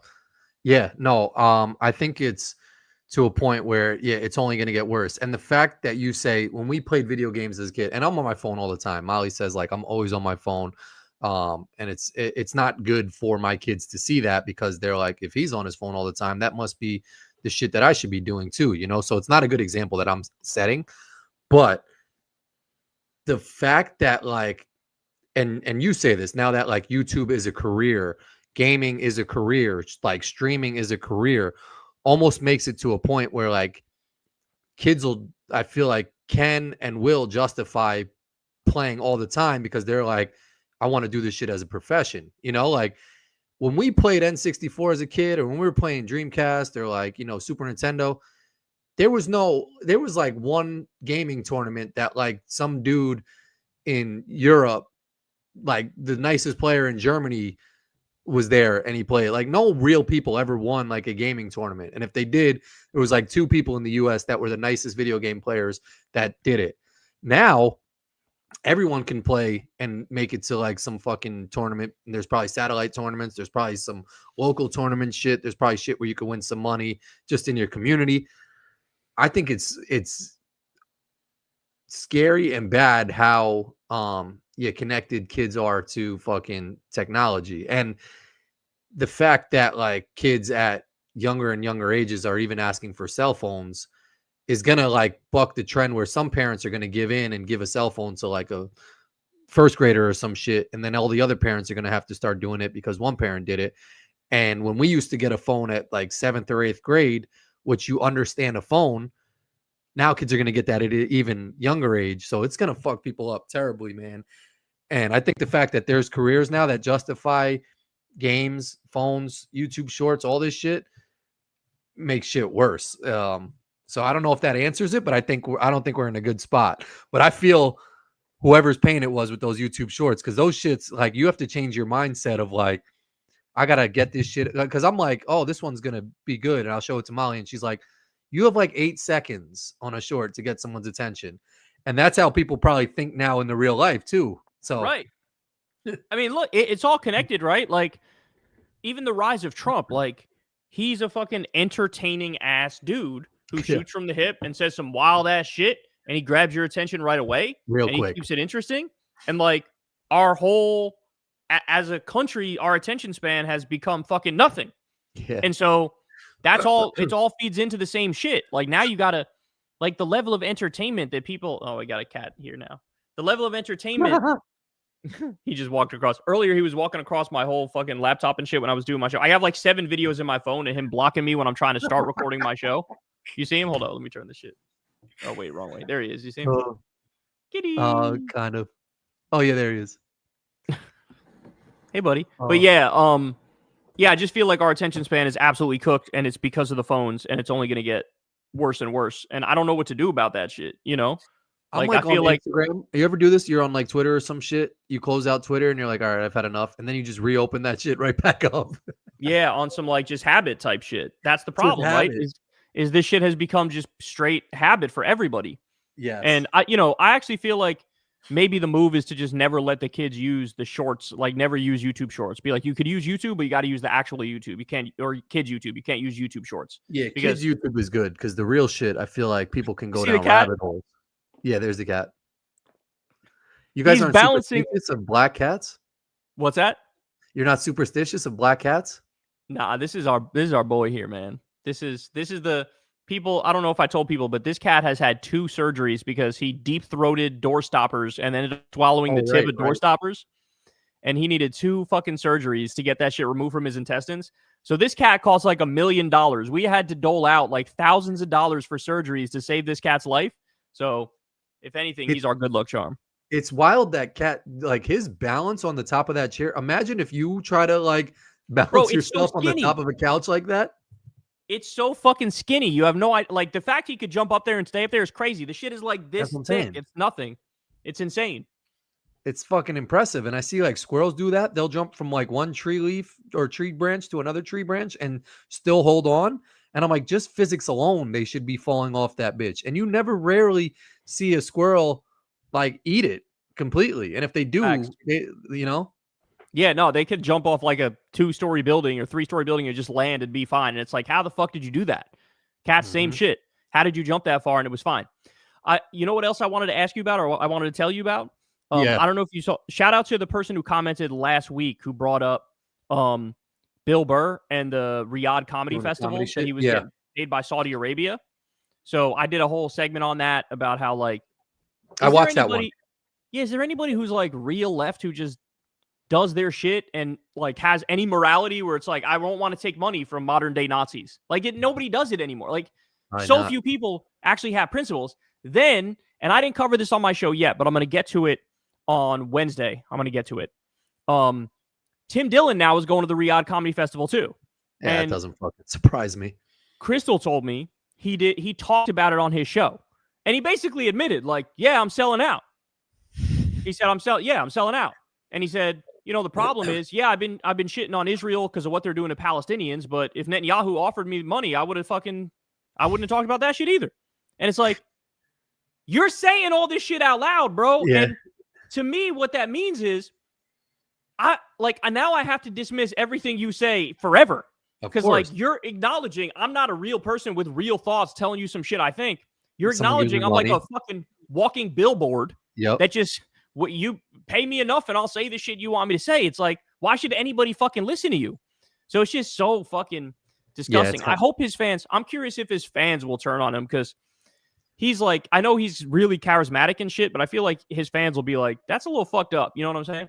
Yeah, I think when you put it in layman's terms like that of like, hey, basically, if anyone will pay you, you will take their side in an argument, makes people kind of like I mean, he loses all of his credibility. And I don't know if people watch. I don't know if people are watching, you know, Tim Dillon and even Joey Diaz. Really, I mean, like Joey Diaz isn't there, so hopefully maybe he turned the shit down. But I doubt it. No, but like he's just not popular enough. I don't think they even asked him. Yeah. But I don't know if people are looking for them for like credibility or if they're just going to them for entertainment. You know, like they probably have one person who's like their like trustworthy, reliable entertainment source, and that's probably Rogan. If they're like in that sphere, and he, you know, hasn't sold out to that Riyadh Fest or whatever like that. But all those other people, I feel like people just watch them for entertainment, to laugh, and not like take their word as like some educational shit, you know? Yeah, but it's like, then I don't want to hear Tim Dillon's takes on political shit. Yeah. He can shut the fuck up about Gaza and Israel. I don't want to hear what he has to say about that. I don't want to hear it because whatever you're saying is fucking blah, blah, blah, some bullshit, because now you're going to take money from Saudi Arabia. They did a genocide in Yemen. Yeah. They did a genocide in Yemen. They also fucking starved Yemeni babies and bombed innocent people and fucking beheaded that journalist Jamal Khashoggi, who was a Washington Post journalist. Like, you can't then turn around and be outraged about what's happening to innocent people in Gaza when you're okay with innocent people getting murked in fucking Yemen because they cut you a big check. And by the way, let me also say, we know how much he sold out for because he said it. He said $375,000. I said on my show when it was Bill Burr, and I did that segment. I said I bet everybody's getting at least 500,000, even like the lower level comedians. Yeah, And I Burr's bet getting Bill Burr's 750 to a mil probably. maybe even more. And If for Dillon's Tim getting Dillon, 325. To say yes to 375 is like, you don't, and he doesn't need the money, bro. He doesn't need the money. I guarantee you, between his comedy and his podcast, the amount of money he's making, he's already pulling in at least $500,000 a year, probably more. Yeah. So, look, if you want to say, and I said this too in my segment on Burr, if you're like a lower level comedian who, for whatever reason, like you're living in your car or you've been homeless, and for some reason, Saudi Arabia comes knocking on your door and says, we'll give you $200,000 for one night's work or whatever.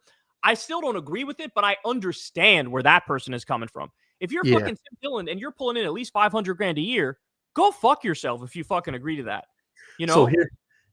And I don't want to speak for Molly and what she would say, but I feel like had this argument, not an argument, with that take on some of the places like Chick-fil-A or like Home Depot and all this shit. It's like, at the end of the day, anywhere you spend money, the CEO or someone at the top is doing some corrupt shit or donating to Donald Trump or some conservative shit. You know, like it's so hard to avoid. Like, I'm not going to shop at Hobby Lobby because their CEO doesn't like gay people or something like that. Like, they're selling a chair for $6 or something like that. And if you go to some mom and pop store and buy that chair for $36, like you're hurting yourself, you know, like, because every one of these big corporations, every one of these big stores, their owners are doing some fucked up shit that you don't like. Like, no one's perfect with it, you know? So at the end of the day, it's like, yeah, they're doing super fucked up shit, but like 375,000 for 10 minutes on stage, like that money's going somewhere, you know? Yeah, but I guess it's a spectrum, right? Like, Yeah. There are some people where it's like sort of like a gray area where I could see an argument on either side of it, right? Like, yeah, Chick-fil-A is anti-gay, but they make really fucking good chicken. And have I fucking boycotted Chick-fil-A in my life? No, I still eat Chick-fil-A chicken. I spend spend $20 there for lunch or whatever. Like, of course. And I wouldn't judge people for those cases that I feel like are, you could see both sides of it type shit. But this is not in the middle of the spectrum. This is on the hard end of one side of the spectrum. And I don't even think it's comparable. People will say like, oh, well, then you should boycott the U.S. too, because the U.S. did the Iraq war and is shoving people in concentration camps. And it's like, the U.S. government is not paying any comedians right now. When people go to comedy shows in the U.S., it's the people, the citizens are buying tickets. This is literally the Saudi Arabian government, the same motherfuckers that did a genocide, are paying comedians. Why? The whole point is to comic wash their atrocities in the same way that they bought the Live Golf League to try to sports wash their atrocities. They did it for baseball too. They got like old ex-baseball players. Yeah. Women's tennis. They did it in a bunch. So they're sports washing and now they're comic washing their atrocities. And just the fact that you say yes and go perform there, you are aiding and abetting that. In the same way they had a big WWE event in Saudi Arabia. They do boxing all there. UFC. That's a no-brainer. So that's all they want to do is whitewash their human rights record, their atrocities, their war crimes, their genocide of the Yemeni people, whitewash it by getting accepted in Western audiences. And the fact that you say yes, you are helping them do that, launder their image. And to me, it's like, I get it for Molly's right. And you're right that there are so many cases where it's like, look, am I perfect? And do I only buy from companies that have like super lefties who run it? Or even just liberals who run it. Like even Amazon, they're saying, like you're supporting Jeff Bezos and his fucking wedding when you buy off, We all end up using Amazon, unfortunately, because in today's day and age, it's like you have to fucking use Amazon, right? But like, so I'm not perfect and nobody's perfect, but there's I feel like it's a spectrum and a lot of the shit is in the middle. But when we talk about it like if you were to be asked in 1939 to go do a fucking, to go do some comedy in Nazi Germany, and you took money from the Nazi regime, everybody would look back like these were paid fucking henchmen who were whitewashing the Nazi record. And like, that's how it looks for Saudi Arabia too. And it's like, I don't know, people are just fucking, they just like, it really is. And I've noticed this too with creators online. It's just the death of any sort of standards, any morality, any principles, where now so many people, like, how many people are doing ads for some fucking bullshit crypto gambling site? You know, how many people are doing ads for fucking FanDuel? Like, there's so much shit that now is just totally normalized. BetterHelp, the psychology fucking therapy website that they say like, oh, you get help from a professional online. It's a total fucking scam, and people, so many podcasters do ads for it, and it's like, at what point do we say that all these people who do these ads are the scummiest motherfuckers on the planet? I'm not judging you if you have a product that you love and you decide I want to do ads for that company and make a little money off that because you use the product. That's ethical. Like, I can see people. I don't do any ad reads and I never talk to advertisers. Yeah, but shout out I to you can for that. understand somebody saying I use this product, so I'm gonna fucking do an ad for it and it's cool. But we all know all these popular ass streamers and podcasters. None of them have any fucking principles and morality, and they're just salesmen. They're just fucking salesmen who are conning you and scamming you and trying to get rich. Yeah, no, 100%. I agree. And to that point, I think a lot of them have their own built-in audiences where there is no shame to be had. You know, That's so right. like when like there's still corporations that take shit over being involved with Nazi Germany back in the day. So like IBM and all these like big companies, like if their audience turns on them and nobody shops with them or goes to them, nobody's buying Volkswagens because they were associated with some shit, their whole company goes to shit. They don't have a built-in audience of people like locked in. They're like, oh, I'll buy a different car, you know, or something like that. But like Tim Dillon's got his audience who doesn't give a fuck what he does regardless. That's why they could sell out and do all this shit, you know. But if they were a fucking restaurant, that shit would get closed or there'd be reviews and shit would get shut down. So like there is no like policing it because they've got their people that rock with them either way, you know. I do think they do lose a lot of people too. Well, I do think the tides are going to turn. I do. Yeah. I feel like we've gone through an extended period of time where everybody's selling out. It's all about consumerism. It's all about getting one over on the other person and fucking you getting your bag. Yep. But I do think that the tide is going to turn because it wasn't that long ago that if you were a celebrity and you chose to do an ad, like you would be looked at like, yo, what the fuck are you doing? Like you're selling out. Even just doing a mainstream fucking McDonald's ad or whatever, it was viewed as lowbrow for somebody who was, a good musical artist or somebody who was an actor to do it.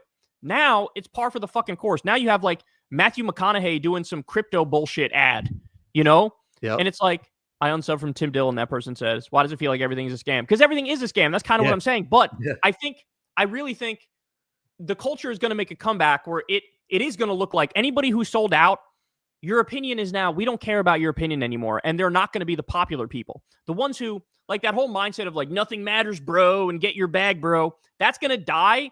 And a new era is going to come in where it's like, no, what you do actually matters and your principles matter. And you need to stand by those principles and you need to not sell out because nobody should give a fuck what you have to say. If you're a sellout, nobody should care.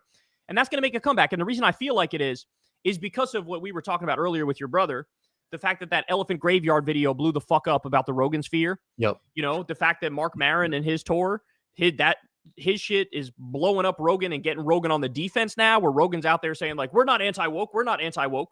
Now the pendulum is swinging against that sort of like capitalist Trump sellout mindset. And we're going back towards a place where it's like, nah, like you guys got to stop fucking scamming everybody and trying to get one over on everybody and just get in the bag. Like, you got to grow the fuck up and actually try to make the world a better place, you know? Yeah. Low key shout out to Mark Maron because he's not on that comedy festival shit, right? And he's kind of been speaking out against a lot of those. I mean, not specifically people that are doing some shit in Saudi Arabia, but I feel like maybe he's not popular enough to get on that tour. But I feel like I think he would reject it. I think he actually has enough, right? Like he's got some morals and shit, right? I think he would. Yeah, but no, I don't think you get enough credit for fucking just turning down mad shit. Like the only shit you rocked with Seltzer because you fucking really love Seltzer. Yeah, and I never did an ad read for him. Yeah. Yeah, no, I know. You were like one time if Express hit me up, like I wear their shit anyway, so I'd rock their shit on air or whatnot. Yeah, I mean, I made a decision not to talk to any advertisers, but I'm not the only one. Like, shout out to Breaking Points. Crystal does that. Crystal and Sagar do that. They don't talk to advertisers, so that's gangster. Respect to them. Shout out to Citations Needed. That's another podcast. They've never It's all listener funded. They even go a step further than me, where I still allow the default ads on YouTube because, I never talk to the advertisers. Yeah. There's like a buffer there, so I feel comfortable. I feel like it's not compromising in any way. They don't even do that. They just do like all listener funded. So they even went a step further than me. So shout out to them for that. They're like the purest of the pure. The Vanguard doesn't do any ad reads or anything like that. Yeah, shout out to the Vanguard. Yeah, there's some who do it, but it's so small. Yeah. And like the frustrating thing is all the biggest creators are all the biggest fucking sellouts now. Like Aiden Ross and they're all fuck all those guys, not all that shit. Like they just go after whatever the fucking like will throw them money. And like I mean like low-key, and I've said this in the past and I've joked, but like if a fucking clothing brand or some shit wants to throw me money, shit, like I'll do some shit, but like I wouldn't sell my soul on some like if it was some fucked up, company that was doing some shit. Like I'd be like, yeah, you guys are kind of fucked up. Like I'm not gonna do that one. Yeah, exactly. And that's what I feel like the Majority Report does that, right? Where they're like they try to only do ads that they actually use the product or like the product, right? Yeah. And that's okay. I can see that one. I understand that one. I went one step further than that because maybe I'm a little psycho, but I can see that one and I can respect that one. What I can't respect is I'm just going to do this for the bag and I don't use the product. I don't like the product, whatever. It's like, fuck you. Fuck you. Yeah. Like you're abusing the trust of your audience. Cause that's the 100%. Thing. A lot of the people who watch whatever creator it is, these are young, fucking impressionable, like 14-year-olds, 18-year-olds. Yeah. And they'll believe that shit. And it's like, you're betraying the trust of the audience. And that should be all that matters in this business is like the trust of the audience. And you routinely fucking destroy that trust and then like still expect to be entitled to like be loved and adored and shit. And it's like, nah, go fuck yourself.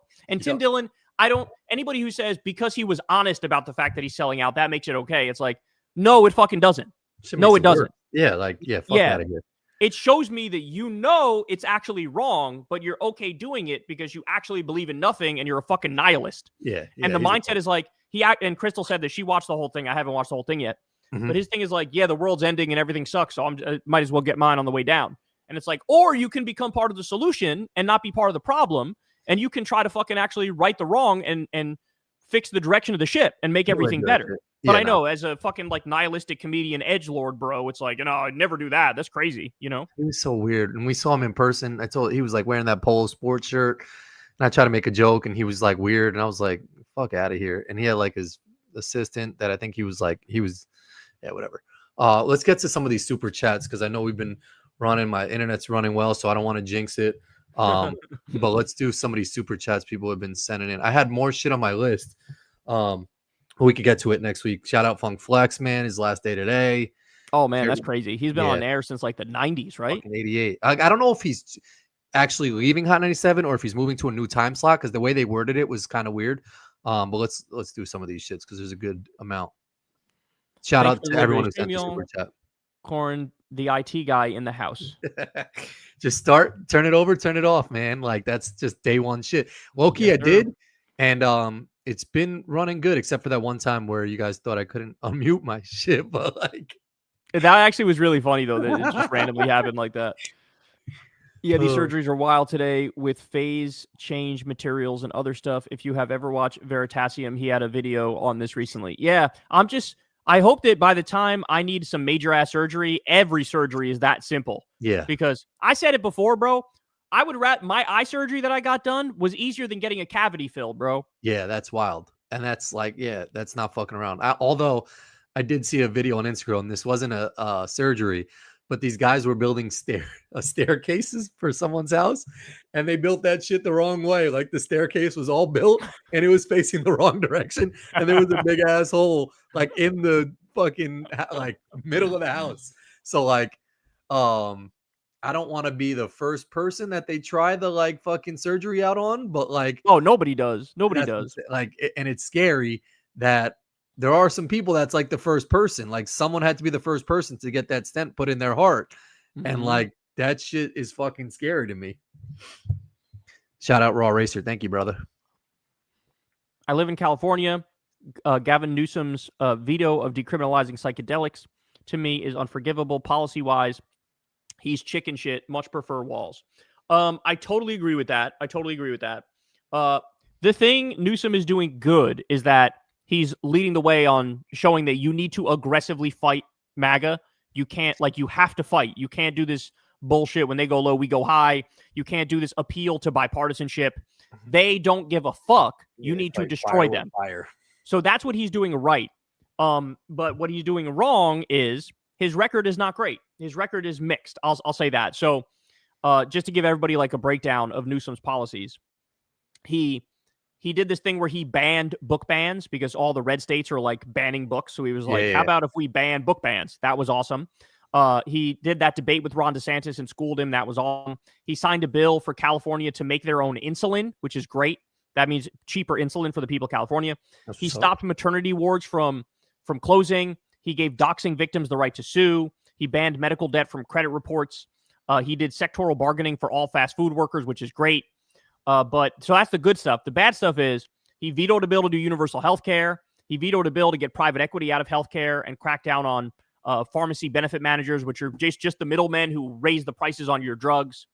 Obviously, California has big issues with like homelessness and crime, and like he's been bad on those things too. So I take your point. He's on policy, not great. Mm-hmm. On strategy, he's been good. I prefer somebody else for 2028, but other people need to step up and show that they know how to campaign, they know how to fight, they know how to like be aggressive. Because right now he's the only one who's doing it, and that's leaving the lane open for him.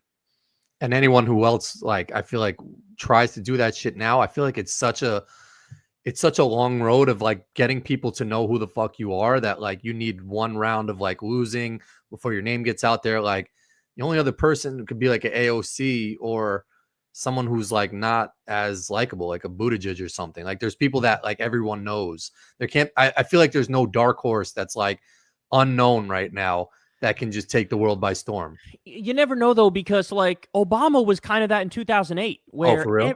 Everybody in 2008 was convinced Hillary was going to cakewalk to the nomination. Facts. And then Obama ran and came out of nowhere and just fucked her up and won. And so it's certainly possible this time that something like that happens with a Democratic governor or whatever. Yeah. But Newsom's the early front runner, but also he's probably peaking too early. You know what I'm saying? And he'll fall off at some point. Facts. All right, let's roll through some more. Kyle, can you react to Destiny and separately Hutch from Live and Learn saying people like you, Crystal, and Hassan need to be exiled from the Democratic Party?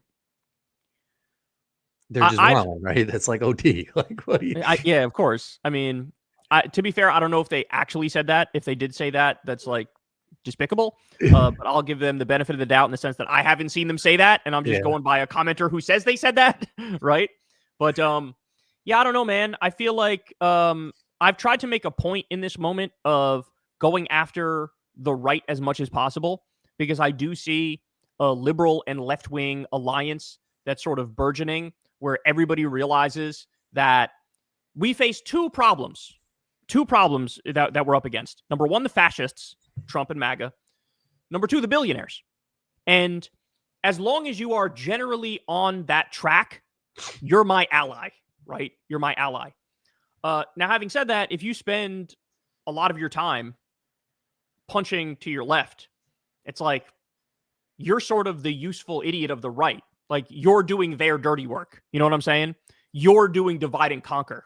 You know what I'm saying? Yeah. And exactly.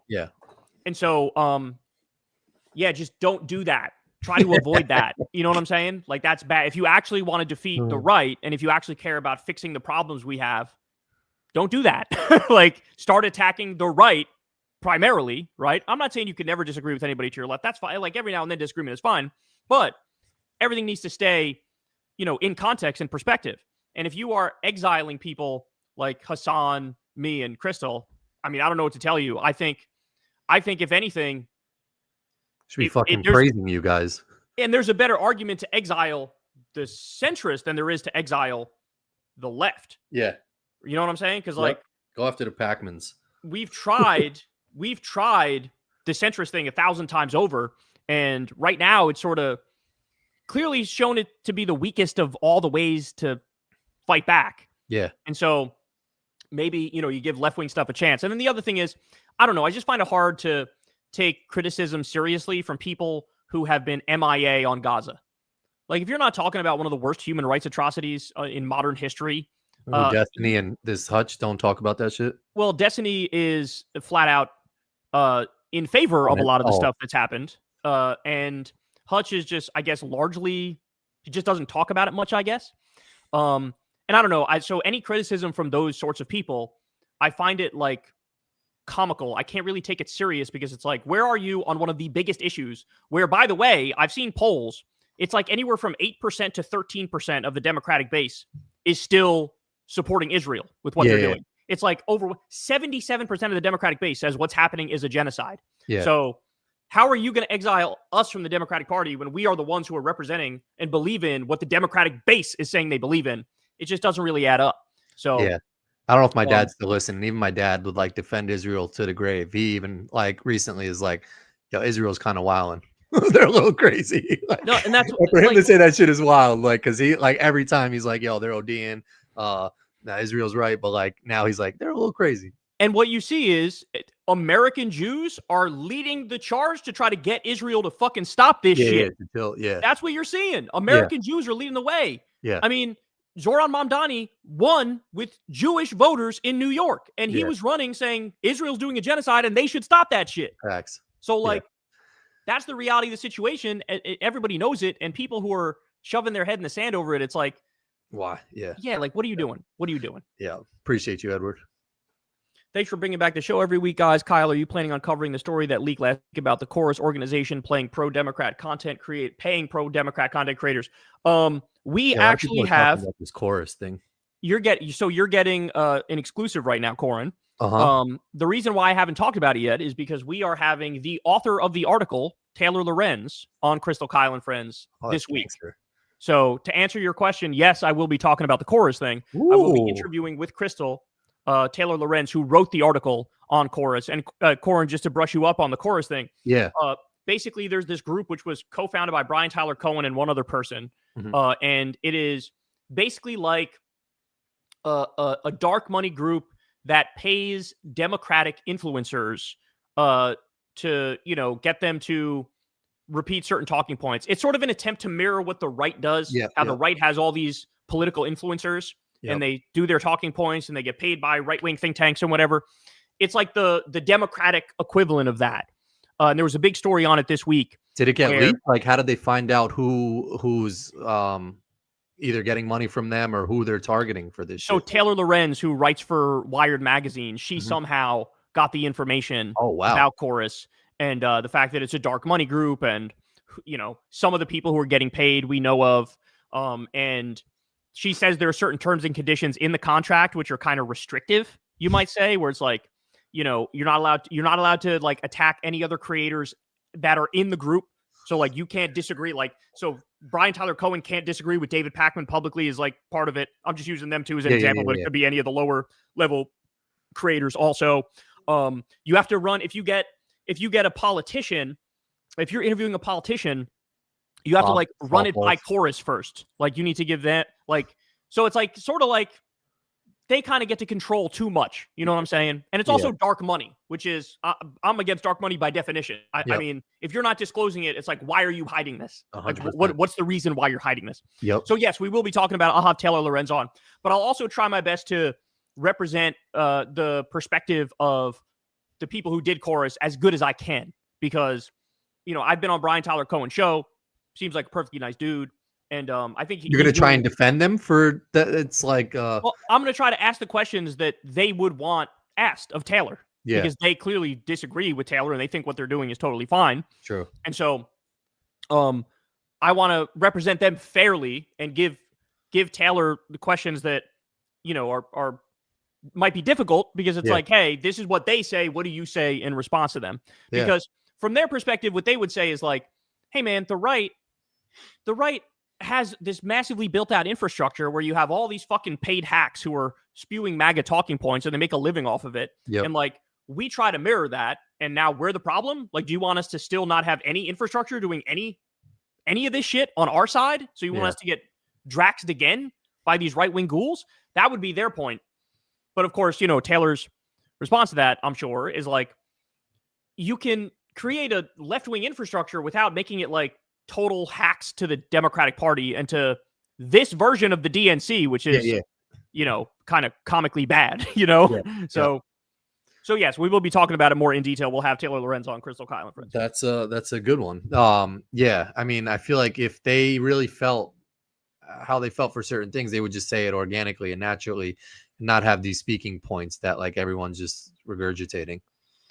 But thank you, Scalar. See, these Kyle, questions are provoking. Last week we got the Bill Burr. We got some breaking news this week. Facts. Kyle, I fear the right saying the shooter is deranged for being trans and anti-Israel /Trump. Do you agree with Vosh that all gun reform short of buybacks is ineffective and Wall's gun control failed? No, I don't believe that, because when we had the assault weapons ban, which was temporary, it had a sunset provision on it, you had gun violence plummet drastically.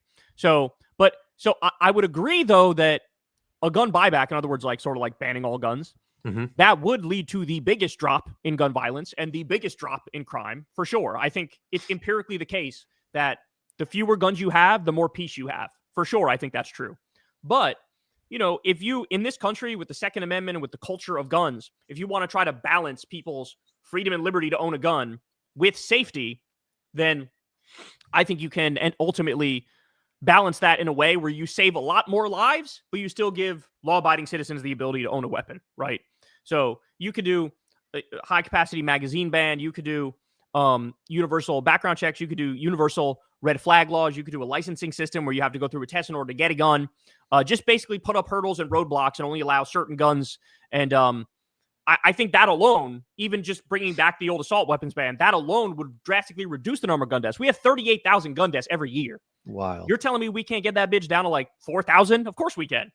But to really get it down to the numbers which we want, which is like between 0 and 10, yeah, you would need like to ban guns basically, or do a universal buyback program. So that shit would never happen though, right?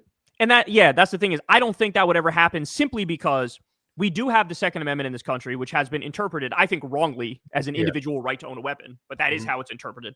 And we have a culture of guns in this country. So I think that the most we could feasibly get would be those standard gun reforms. Like, we're going to do a red flag law universally. We're going to do universal background checks. We're going to ban high-capacity magazines. We're going to do the assault weapons ban. We're going to try to just put up as many hurdles as possible to make it more difficult for people who shouldn't have guns to get guns. And I think if you do that, you can at least cut the number of gun deaths in half. But, you're still dealing with, in a situation like that, you're still dealing with what? 18,000 deaths a year, which is like insane, And it's all, mental health shit too. So like beyond the guns, it's like people are going to find a way to get the shit that they want, regardless of what fucking boundaries you put in my opinion. Unless you fully ban guns and do the buybacks. Yeah. That actually will. I mean, Japan did that. They have like no gun deaths. Australia had one mass shooting in like 1996 and just took everybody's gun, and now no mass shooting since then. So like you can get it done, but like it requires a lot to get that would, be a fucking, you know what I'm saying? Done. Yeah. Thank you, Metal Hub Matt. That's a returner from last week, I think. Appreciate you, dog. Kyle, first of all, are you planning on talking about the corporate deals with Pacman, BTC, others? Second, you should consider getting Corin Howe on KKF. Her book goes into detail on AI. Great read so far. So, George, as we said, that's the chorus question. Same thing. Yeah, we're having Taylor Lorenz on Crystal Kylan Friends this week. So tune in for that. This Friday? This Friday it'll drop, yeah. And I've never heard of Corin Howe, but I'll leave a note in my phone and I'll check out the stuff. Corin Howe, shout out to her. Corin Howe on AI. Yeah, I'll take a look. I'll take a look at that. I'm guessing she's negative on AI. Yo, Kyle, you and Bernie Kings have been my political heroes since the beginning. Corin, I was excited for the Popeyes rap, but it was hot buns. That's news to me because low key, well, actually, no, it's not really news to me. I mean, kind of is a little surprising because their chicken sandwich went viral and was like super popular and everyone wanted to go get that shit. So I feel like they would have put the same chicken in their wrap, but maybe they didn't. But they were also first to the market on the chicken wraps. So maybe they fucking came out with some whack piece of chicken. So I apologize. But I'd like to know where your scale is. Like if you like Whataburger, like what type of food you like, because maybe it was banging and you just are, you don't got a good fast food palate, but sorry, I apologize. I thought it would be banging. Appreciate the upset. Maybe if it was a good bun, you'd be happy. Hey, Kyle, do you think you could get on peers or network shows more? You would absolutely destroy. It's time for progressives to take control of the narrative. We need your voice in mainstream media. I used to get invites. I've been on peers. I used to get invites all the time to go on peers. Now I don't get as many. And I don't know. Is there a chance I would be able to get on like CNN or MSNBC or something like that? Yeah, I think there is a chance of that. I think because I know people who can get on there, and if they're asked, hey, do you know anybody else, and they put in a word about me, I do think they would allow me on because I don't think they follow this shit closely and they don't know what I say. They don't know what I believe. They don't know. They'd be in for a treat when you went and just fucking demolished someone, though. They'd right, be like, exactly. So, yes, and I will say this, as hesitant as I am to go on like a whole bunch of different shit, I do think if I was offered to come on CNN or MSNBC, I probably would take them up on that. In fact, I think Emma Vigeland has been on MSNBC a few times recently, so shout out to her. It's good that she's getting on there and spreading the good word. Well, it would be smart if they had you on because I know like even their clips like go super viral and they get a lot more views than like any normal fucking Joe Schmoes that's on there. But like I feel like CNN recently has had, I don't see little clips of like it says like new media or like these like young guys on their show and they get like demolished by these conservatives.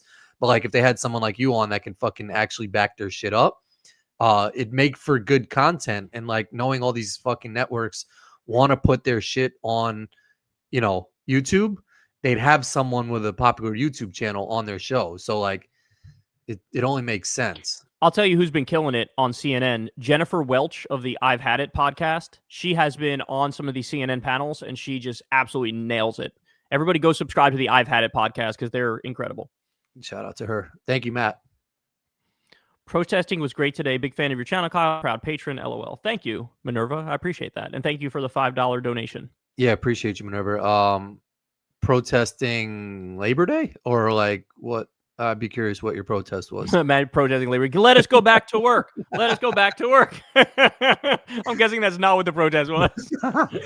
Shout out to Labor Day, though, man. If like people were barbecuing and having a good time. I had that on my list, too, to ask you what your favorite grill food was, but let's get through the rest of these.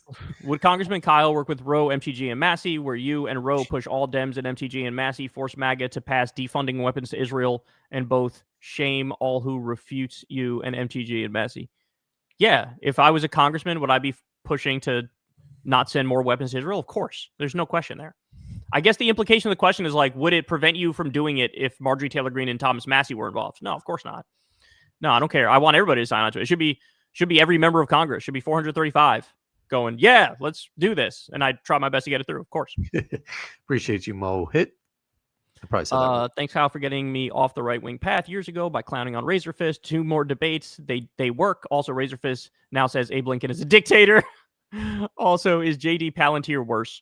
I don't know if it's kind of hard to say anybody could be worse than Trump because what we're seeing right now is truly unprecedented in every way. Like I've said this 1,000 times, but he's done nothing good in the second term. Yeah. Nothing. In the first term, at least you had like, oh, he signed the First Step Act when he pardoned Alice Johnson. Like every now and then he did some shit where you were like, okay, that's okay. Now it's just like you wake up and you're like, oh no, this motherfucker, what do you do? Oh no, we're going to try to bomb Venezuela now? What the fuck? Like, so I don't know. It would be hard to say JD is worse. I could see him being equal to Trump or I could see him being better than Trump. It's hard to imagine he'd be worse.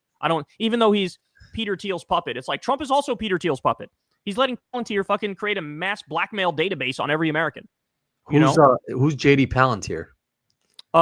Is that a different person? No, JD Palantir. He's calling JD Vance JD Palantir. And he's using it as a nickname because JD Vance is basically a puppet to Palantir, which is Peter Thiel's tech company. Got you. Where he like spies on everybody and fucking does assassination. There's another JD in government? That's kind of wild. Thank you, Downfall Network. Hey, Kyle and Corin, big fans of both your channels. Question for Kyle. Do you think Al Gore would be a good candidate in 2028 as a return to normalcy? No. I mean, look. Al Gore is actually being considered again for some shit? No, I don't think he's running. I don't think he wants to run. I'll say this. Literally any Democrat with a pulse is better than any Republican. That's obvious. Yeah. But we could do a lot better than Al Gore. And I don't even think Al Gore's interested. Yo, that's like Al Gore, there got to be someone else better out there to make. I know. Homie's throwing it back to the year 2000, bro. Yeah, like what the fuck? He's also just been out of the public eye for so long now, you know? Yeah.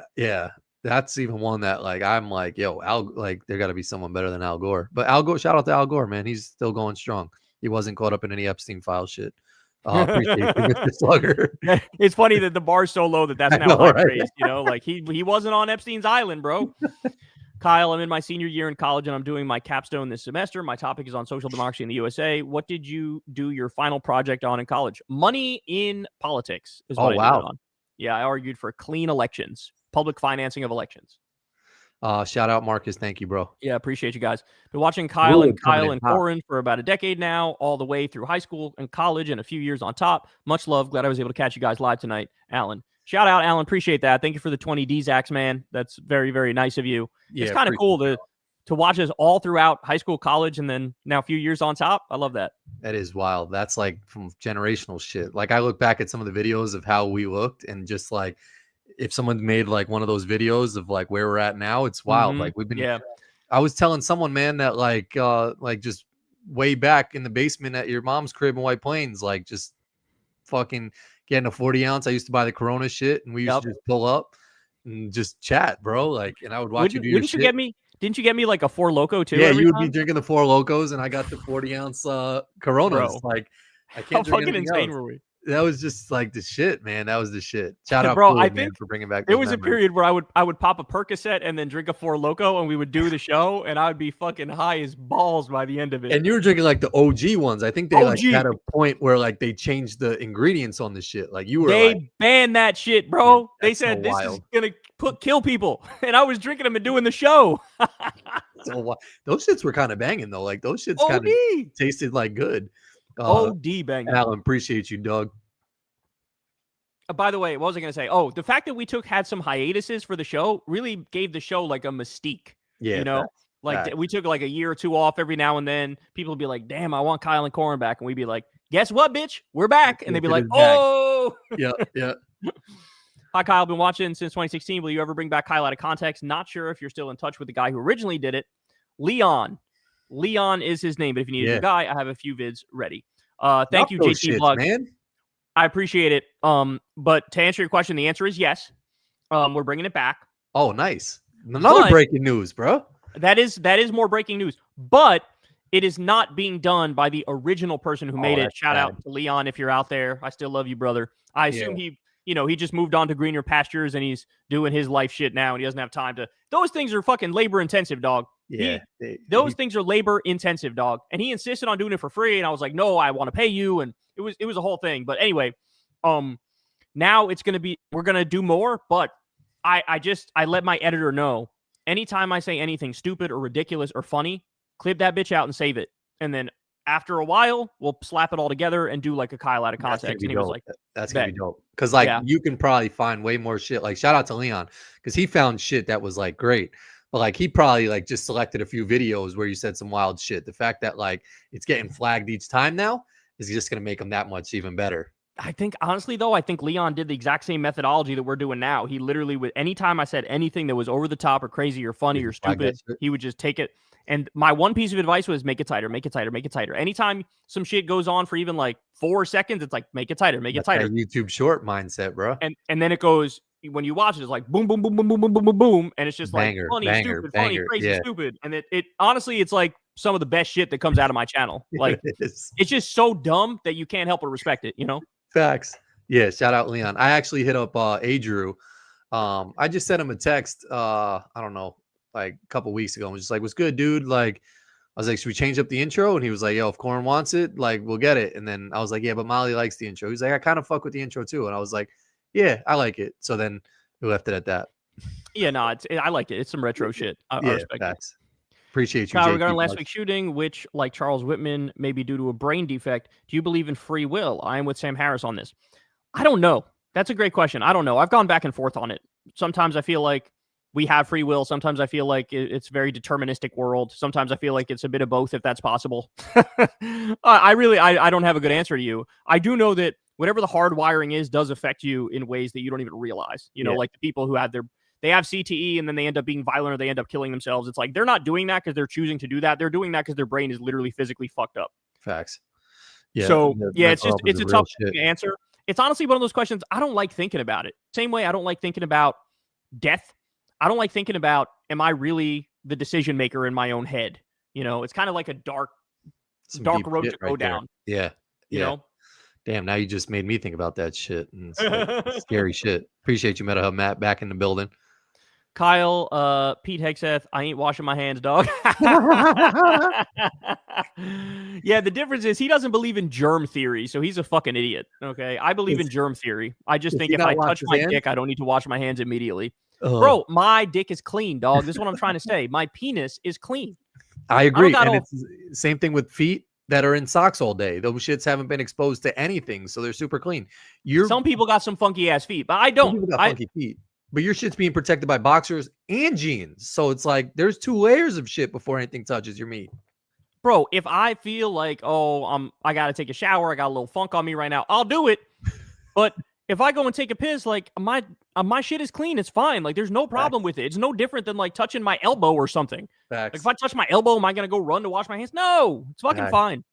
I'm also impressed by. I mean, I don't know what country's from, but like Jorgen Jorgensen is a gangster ass name. Like for your parents to be like, we like your last name so much, we're gonna make your first name that same shit. It could just be a YouTube alias thing, or it could be his real name. It could be I either think one. that could be a real last name. That sounds like some shit. I feel like some country there is a Jorgen Jorgensen. So shout out to you, my man, JJ.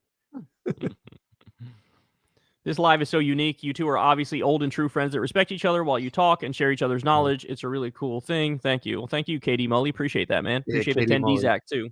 Thanks a lot. Yeah, appreciate that. I mean, like we've been rocking out since '88, man. I was saying to Molly, I think, because my girls are going to school with their friends in like elementary school, and it's like it's rare to have friends. Like a lot of people still have friends from college, and those are their closest friends. But like to keep a friend from middle school and like still kind of be in touch, be interested in kind of like a lot of the same shit is like it's kind of rare. I mean, like a lot of people fall out of contact from late high school to, and then their college friends are usually their closest ones.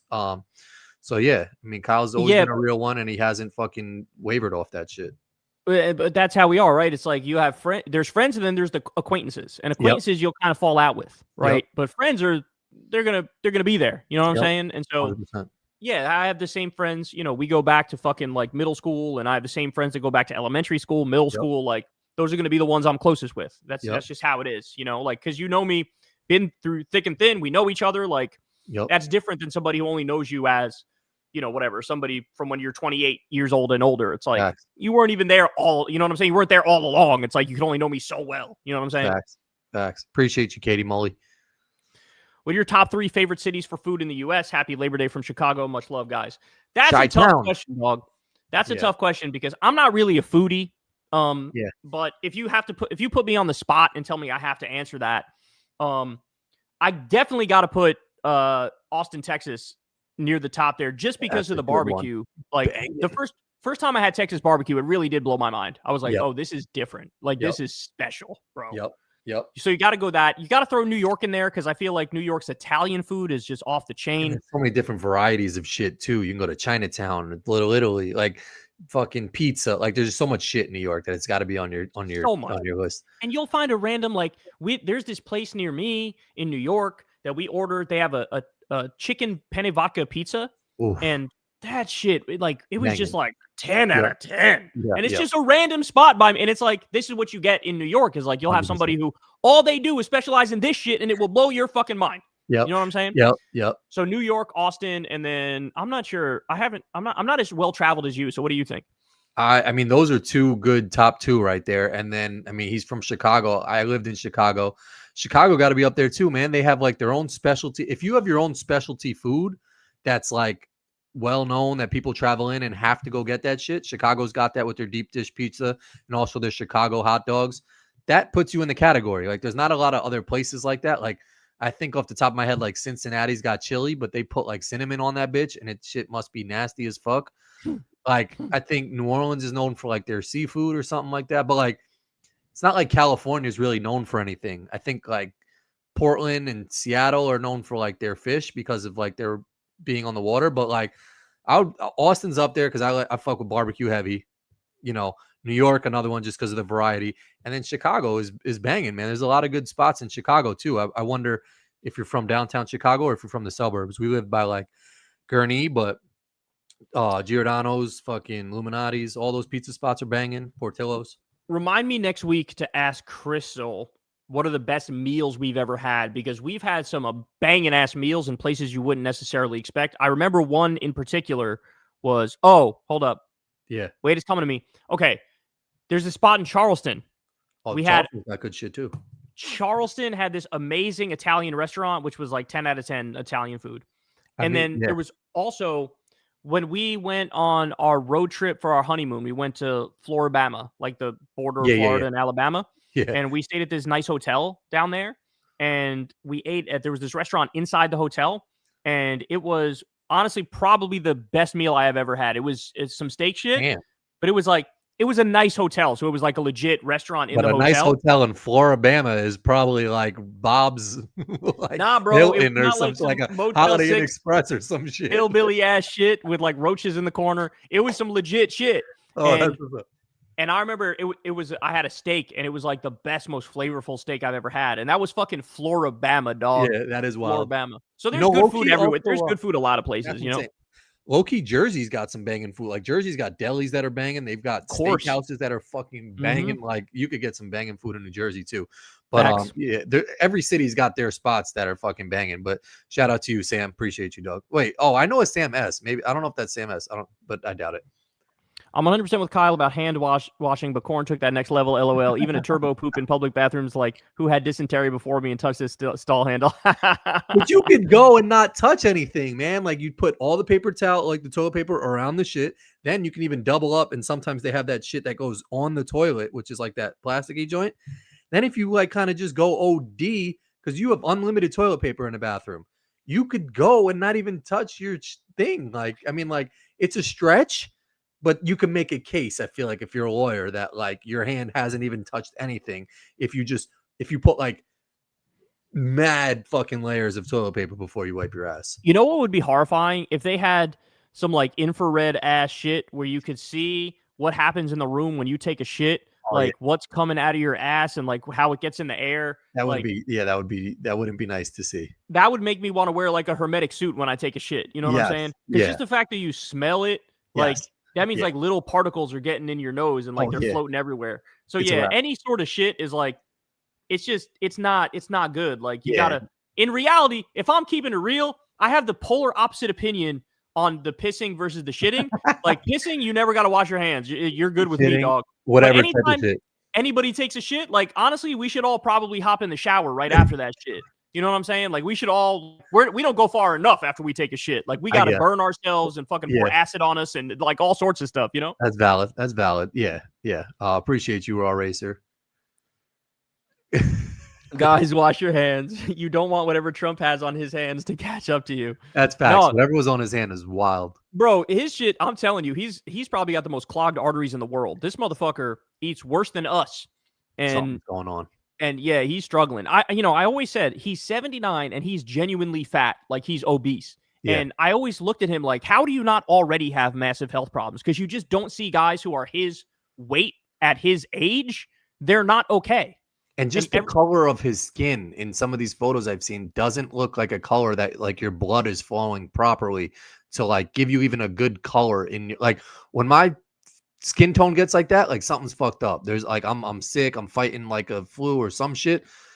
His skin tone is not like we're so used to seeing him orange because of the spray tan and all that shit. But like even if he's getting spray tan, that shit is like, no, it's not gonna work on this shit. Like he's pale, and that pale is like paley when someone passes away or is close to passing away. That same pigmentation is what he's looking like right now, low-key.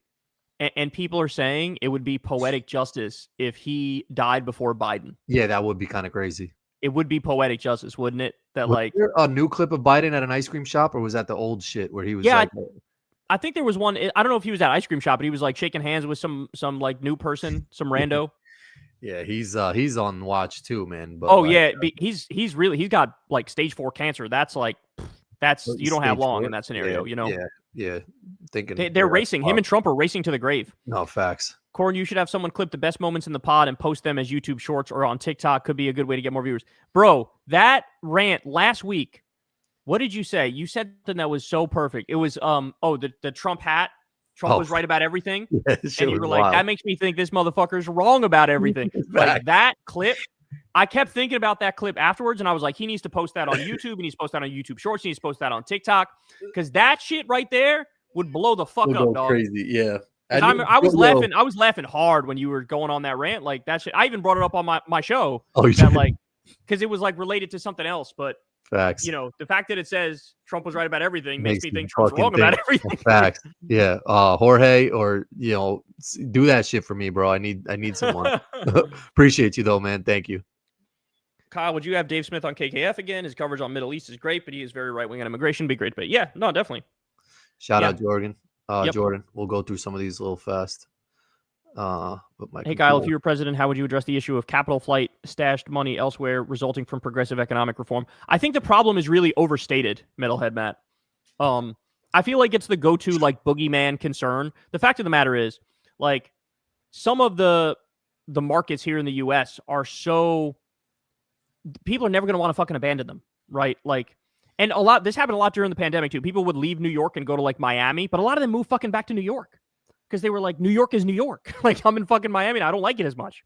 And so, I don't know exactly what policies. I would have to think about it more and do some more research on which policies I would do to try to stop capital flight. But I would just say in general, I think the problem of capital flight is massively overstated. I think it's like the go-to boogeyman from the right. Like the right will make that point to try to blunt any sort of progressive economic reform, like even raising marginal taxes like 5%.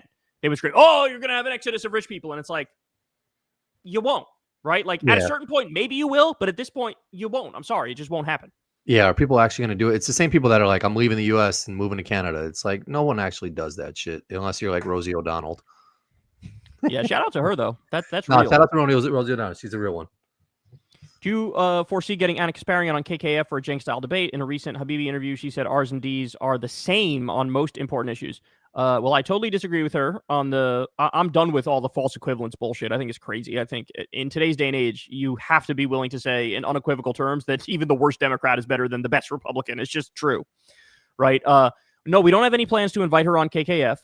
But I do know that I think Crystal, I don't know if I'm allowed to disclose this, but I think Crystal is going to do some show that has Anna in it at some point in the near future. I'll say that because I don't know how much I can get into specifics, but it's not going to be, I don't think it's going to be a debate with Anna in particular, but I think they will be on the show together. Feisty.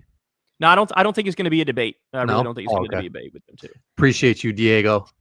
I don't think she'd also want it. Like, nobody wants to have a Jank style debate with me and Crystal because that didn't go very well for Jank. So I don't think, like, who wants to come and get pounded into the ground by me and my wife does not sound appealing to a lot of people, unless you think of it in a sexual way, in which many people might want that then.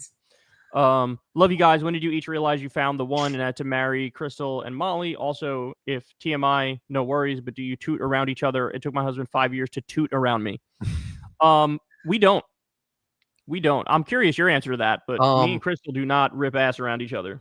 Yeah, Molly doesn't really do it around me. Occasionally, recently I have, because I've been eating shitty food, and like I kind of like she'll give me a look, and it's kind of like, what, like on some like, why wouldn't I do this type of shit? But like, yeah, no, I definitely fart around Molly. She doesn't fart around me too much. Like I think a couple have, squeezed out, and like she'll look at me mad embarrassed, but I'm like, you're my wife. But like, when did I realize they found the one? I'm low key. When I was at college, I saw Molly and I was like, I think that's going to be I didn't think like wife type of shit, but like I wanted to like date her. So it was on some like, love at first sight type of shit. Yeah. For me and Crystal, I don't know. It was just crazy chemistry from the beginning where it was like, you just feel it, like, right? Like, yeah. Just like, oh, I could do this and I could spend a lot of time around this person and we would like it, it would be enjoyable to be around this person all the time is kind of what happens. And so I guess we knew pretty early that the chemistry was just off the chain. And so you just ride that wave as far as it'll take you. And that wave is still taking us places, And also like, I mean, like, why is your husband waiting 5 years? I mean, it's something that like we do. So like, what are you going to like hide farting? Like if you're like just like in the kitchen with you and you're like, oh, excuse me, I'm going to go to the other room and see, fart. I disagree because I've never been somebody to fart in front of other people. Yeah, like, I guess. Even if you ask my mom will be like, I don't know if I've ever heard Kyle fart. True. Yeah, my sister will be like, I don't know if I've ever heard Kyle fart. Like, I grew up with them and I was around them all the fucking time. True.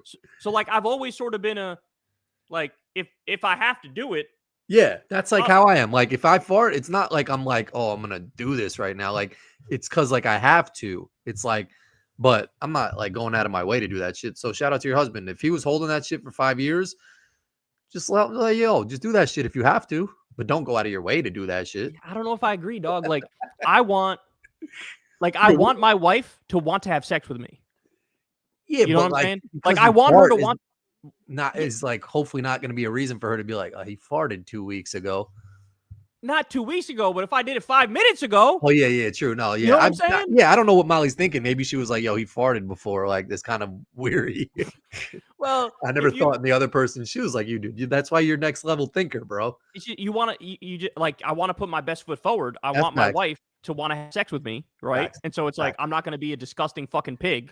You know what I'm saying? Facts. And so, yeah, it's like, and it works the other way too. Like I don't want to look at her and immediately think of like, damn, remember when she ripped that nasty ass fart the other day? Like, I don't want to think that.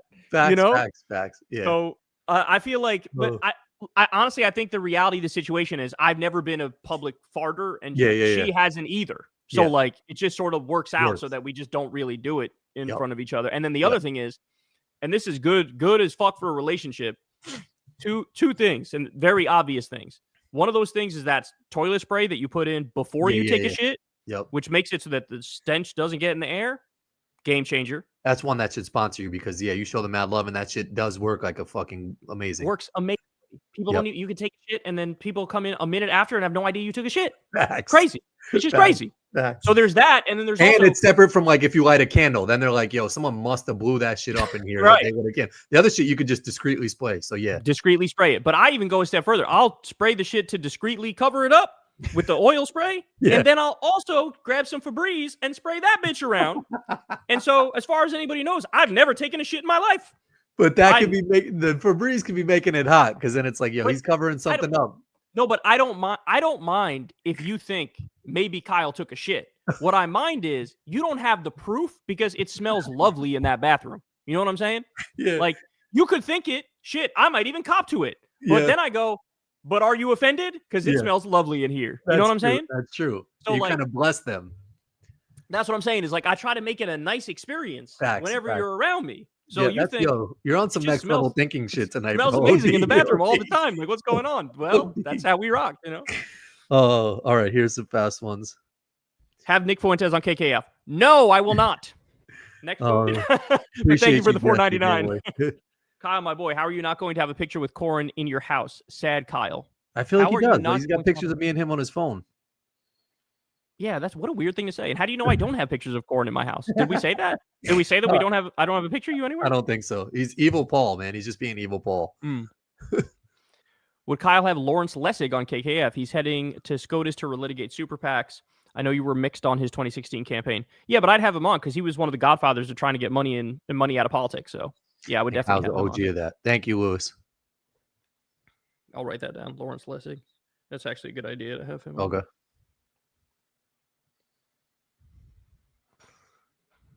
Lawrence Lessig. Okay.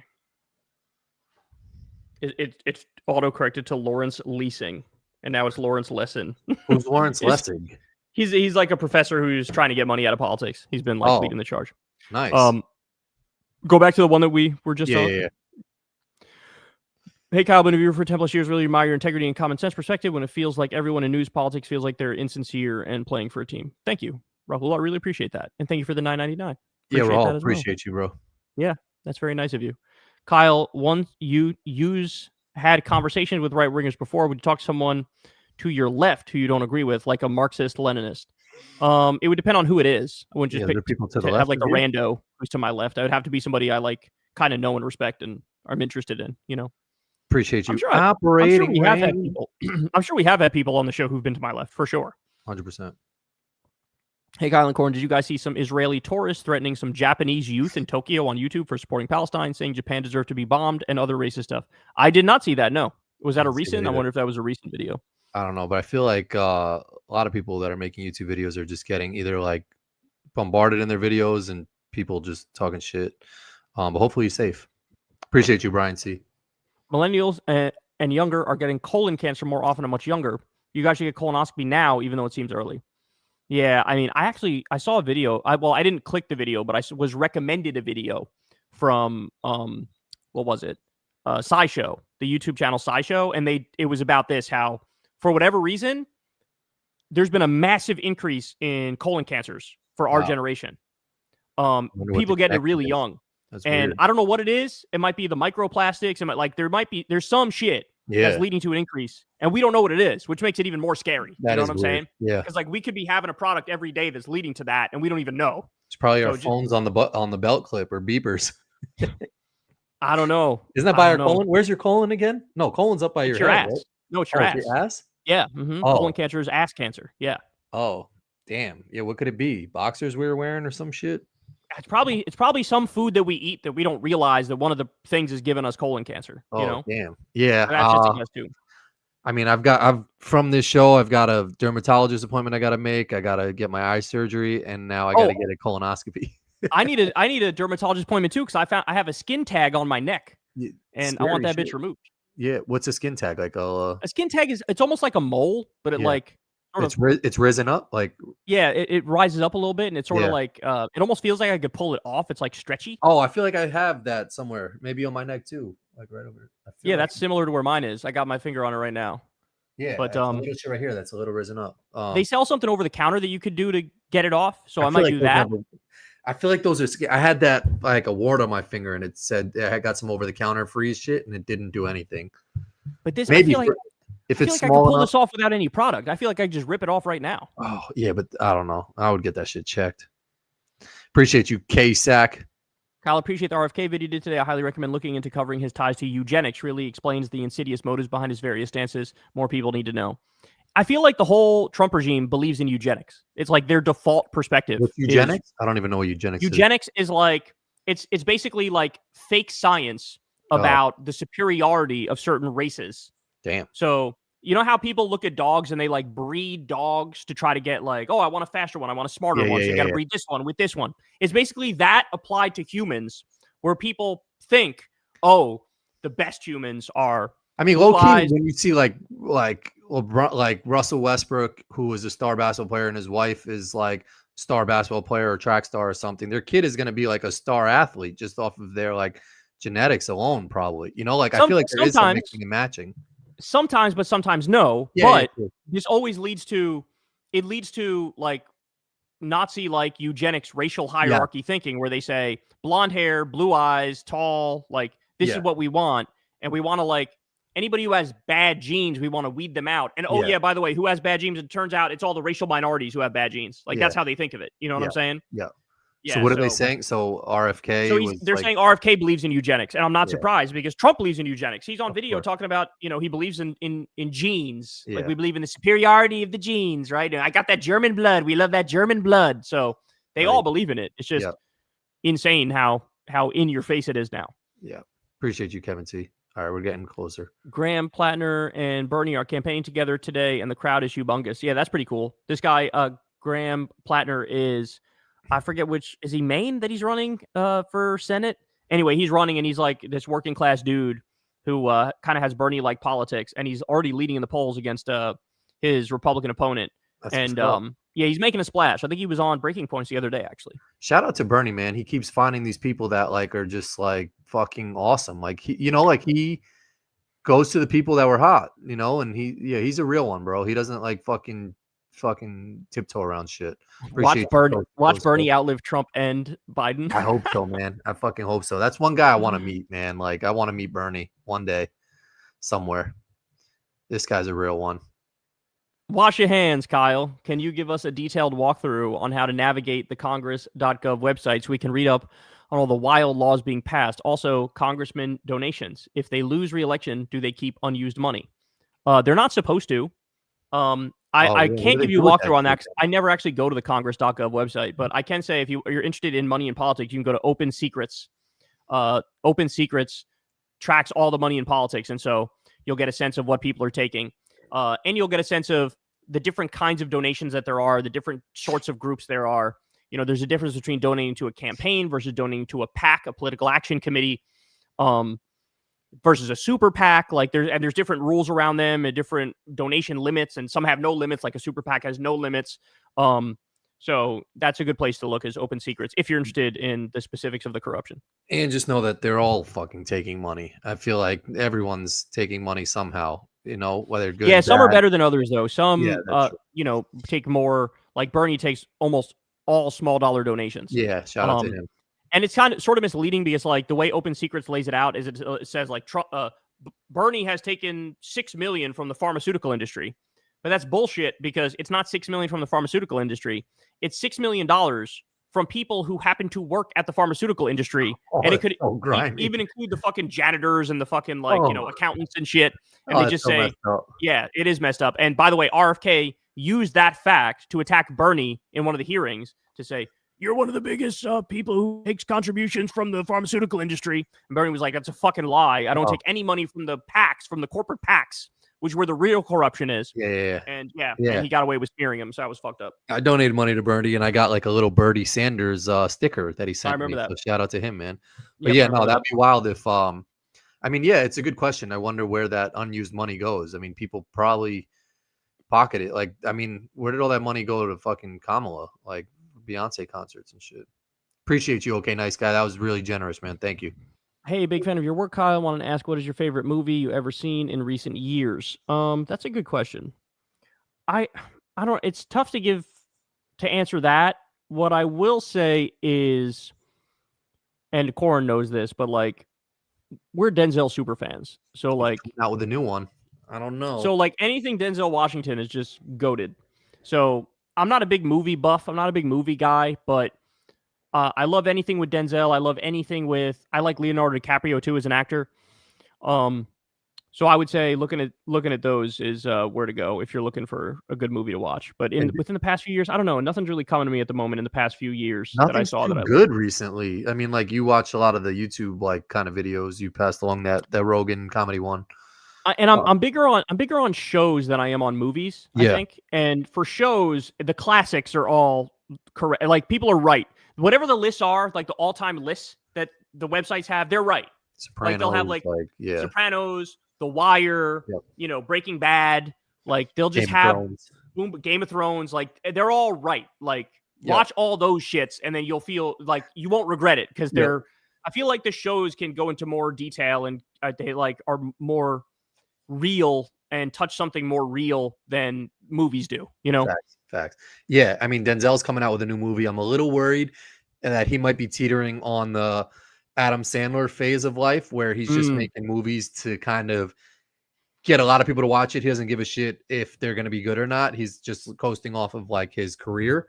So he's coming out with a new one that Spike Lee's directing, and like, I don't know, it could be sus, because like I remember his last one, he came out with like Pelham 1, 2, 3. That was like, so like his most recent shits have kind of been a little weary. But let me say, you mentioned Adam Sandler. Yeah. Everybody was trying to say that Happy Gilmore 2 was trash, but like, what did people expect to see? So I watched it with our kids. Yeah. And I thought it was fucking great. It was exactly what I expected. It was stupid fucking humor. It was classic like Adam Sandler shit. Yeah. What did these people who said it was bad, what were you expecting from this movie? They were kind of just like, obviously, fucking comparing it to the first one, which was just like so iconic, which was so like kind of game changing in like the way it came out, that like they compared it to that and they wanted it to be as iconic as that. But I think it did it justice of like being like that, but also new aged. I wasn't mad at it. Yeah, it was exactly what I expected. It was exactly what I wanted. Some stupid, dumb, golf movie that like it just adds on to the previous fucking masterpiece. That's it. That's all I wanted. Okay, Wesley Lopez. Kyle, you've said the UN should intervene militarily to end Israel's war in Gaza. Would you say the same about ending the Russia-Ukraine war by sending in UN peacekeeping forces? Yeah, I would. I would say that. I think we should do that. I don't want NATO to do it, but I want the UN to do it, because I feel like it's a very clear case of right and wrong. Like, Russia illegally invaded Ukraine and stole some of their land. And now we've been dealing with that for however many years it's been going on. And it's like, I would like it if the international community got together and said, we're all gonna basically go in there and we're gonna try to, say to Russia, sorry, like you can't do this. Like this is fuck Ukrainian that shit. territory. I would support that. Thank you, Wesley. Kyle and Corin drinking game. One person drinks every time Corin says shout out, and the other person drinks every time Kyle says dog. We give a lot of shout outs, man. We show our love on this show, man. Everyone's our dog, and we got to shout out a lot of people, man. Everyone's a real one. Shout out to you, Kevin. Over under on Trump stroking out by Christmas. Let's see. What is it? August, September, October, November, December. Before then. That's 4 months, dog. Like before then. I said dog, drink. But yeah, that's 4 months, bro. Like that's, I mean, right now, the way he's looking, 4 months is a long time. Yeah, he's struggling. Like there's shit going on. Did you see people showing the hand of the queen 2 days before she died or a day before she died and then compared it to Trump's and the shit looks exactly the same? Ooh, yo, something's going on. Yeah, something's going on. They're trying hard behind the scenes right now to like revive him or some shit. But shout out to you into damn it. Opinion on queso burrito. I don't know what a queso burrito taco is. Yeah, I never had it, but that sounds delicious. I'd love to try it. Yeah, Sky, send me one. I will eat the shit out of that. But if you flush, that handle is going to contaminate your hands. Or are y'all anti-flushing? No, hold up. Let me say to Cosmere Dragon, because there's a point here. The flushing too. Okay. Do you think I don't try to use other parts of my body to flush that bitch? Thank you. That's flushing 101 is you put your foot up there. I'll put my foot, I'll put my elbow. I will try other things before I use my hand. Of course. Anyone who flushes with their hand is bugging. Yeah, the public bathroom? The flushing with the foot is the easiest. I'll even go next level where I'll try and get my foot up to the urinal top shit and like do some like gymnastics shit.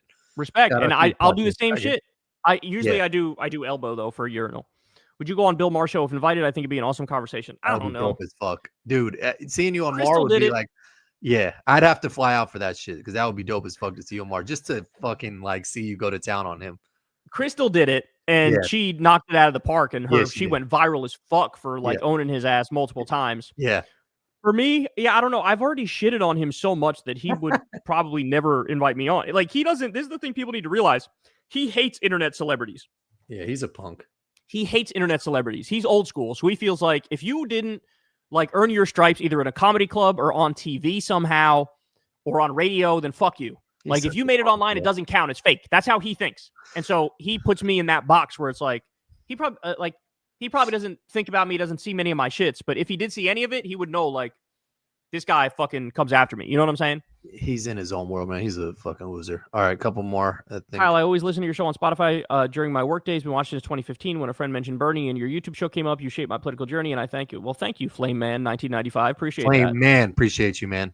Born 1995. It's crazy because I feel like that is like now those people are in the same ballpark as us. Where there was a time when if somebody was born in 95, I'd be like, damn, look at that baby. But now I'm like, oh, they're about the same time we were born. You know? Yeah.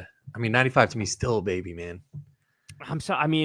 But yeah, no, I feel you. It's more than like 2005 is a functioning human being right now. Bro, if you watch the tennis, somebody you'll be playing, it's like they were born in 2002. And you're like, no, that's not what? fair. Yeah.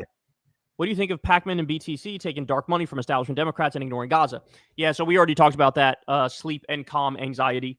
And we are going to have Taylor Lorenz on KKF this Friday. So don't miss that. We'll go into more detail on that. I was trying to do just less ones, but this one, I feel like you got to give your opinion to this person. Kyle, Pinger Callaway irons. I can't decide on what to get. I would ask you what your handicap is, and I'd ask you which one you like the look of better, because those are the two most important things. What's your handicap? If you have a higher handicap, I'd say Ping. Lower, I'd say Callaway. But then looks are everything. When you look down on that iron, you want to feel confident. Which one inspires confidence? Because that's the answer. That's the one you should go with. Whatever inspires the most confidence when you look down at it. Good advice right there, Wes. Take that shit. Let us know next week what you got.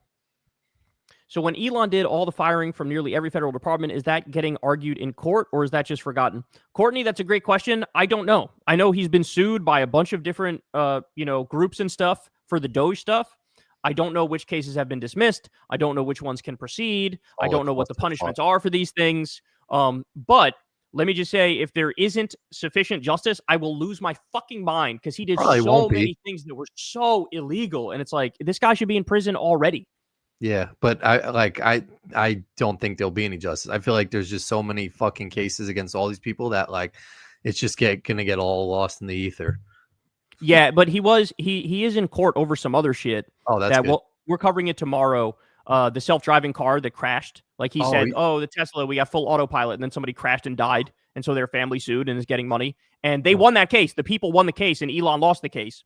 And he also was sued over the scam thing, the America PAC thing he did, where he paid people $100 to get people to register to vote, and like he didn't pay them, and so he was sued. And a court just said that case can proceed. So other people are trying to shake him down for money, which is good. So he's losing in court a lot. But in regards to the Doge cases, I don't know what's going on. There hasn't been updates on him. Yeah, shout out to him. You should also try and get Cardi B on your show. I feel like she's political and she's in court right now too. That would be awesome. If we had Cardi B on the show, that'd be awesome. That would be amazing. Recent news from Twitter: Donald Trump will be delivering a message tomorrow at 2 p.m. What do you think it could be? His health. He's going to talk about that shit in front like he's fine, but he's really going to be fucking dying on the inside. I've never felt better. I'm actually doing amazing. Exactly. The best thing I've ever seen. He might low-key like open up his suit shirt tomorrow and show us his chest on some wild shit. He's going to show his hand. He's going to say his hand's fine because he's been away for so long that they probably fucking put enough makeup and stuff on it. We're finishing up. I'm scrolling Twitter now to see if this is true or if he's actually giving a press conference at 2. Unspecified Oval Office announcement tomorrow. Announcement from Trump tomorrow afternoon. Yeah, it's true. 2 p.m. announcement. The president makes an announcement. Yeah, it's gonna be health. Hassan tweeted that and said he's announcing that he's dead. All right, let's wrap it. I know Kyle's an NBA fan. Which NBA arenas have the best food for a fatty like me? Checking. Carbondale, shout out. Carbondale was actually the best place to watch one of the solar or lunar eclipses or one shit when I was living in Illinois. So hopefully you saw that, Alexandra. I don't know. I haven't eaten much when I go to NBA games. I feel like I haven't had anything to eat. Have you, Corin? You've been to more stadiums than I have by far, bro. Madison Square Garden has a really good concourse of like, they got like Carnegie Deli. They got a lot of good food in Madison Square Garden. The thing is, it's so fucking expensive. But like, if you go on Twitter now, a lot of these baseball stadiums in particular do these signature meals, which is crazy. Like they'll do like chicken tenders with fucking nachos on it, and then like it'll level up to like some crazy shit. So just go on Twitter, and whatever arena you're going to, they probably have a signature dish, and that shit will put you in the crumbs. So fucking, you'll be tapped out of your mind by like the third quarter, sleeping, and then the cameras will pick you up. You'll go viral. So just Google what they have. But Phoenix has good food. Phoenix actually implemented, I think, like all their food is like $5 or less or something like that. So you can get a lot of food from their arena. A lot of Dallas had good nachos. I don't know. A lot of good food in a lot of these stadiums. Appreciate you though, Alexandra. Man, Twitter is lighting up with all the Trump stuff, bro. Yeah, it's gonna be wild tomorrow. Kyle, so the McDonald's chicken nuggets have been made with real chicken since that documentary went viral. It's not. Oh, really? Oh, no shit. That's what's up. Bernice Panders is a real one. She's an OG. I feel like she started a YouTube channel back when we were doing like old school Kyle and Corin. So hopefully she's still going strong, if that's the right person. So I wanted to give you this update too. Yeah. So I'm scrolling Twitter because of the thing about Trump. Yeah. And so around the same time that they posted that thing that he's going to do an announcement, they didn't say a speech, an announcement from the White House. So it could be pre-recorded. Okay. At the same time, ready?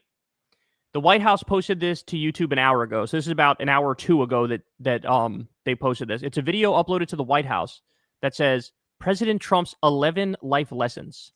What? And somber music is playing at the end, and comments are turned off. Bro, the president might be dead. It could be a pre-recorded message, and it could be like that movie Major League, where he watches his grandfather tell him he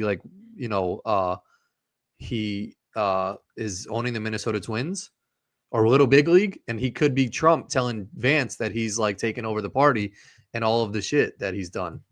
If it's not a live video, something weird is going on. This is so creepy, bro. This is so creepy. Another thing. This and Crystal just sent me this too, but now I see it on Twitter also. The roads around Walter Reed, which are that's the main hospital in DC, are closed right now. That's the hospital Trump would go to. Yeah.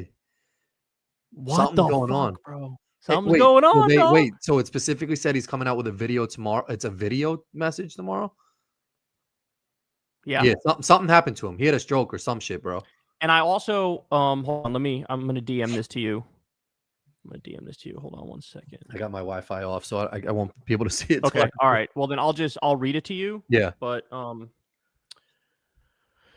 so I don't know if you saw this, but there's this picture of Trump where they enhanced it, and he looks like he's got some weird shit going on, some weird skin flap over his eye. Oh.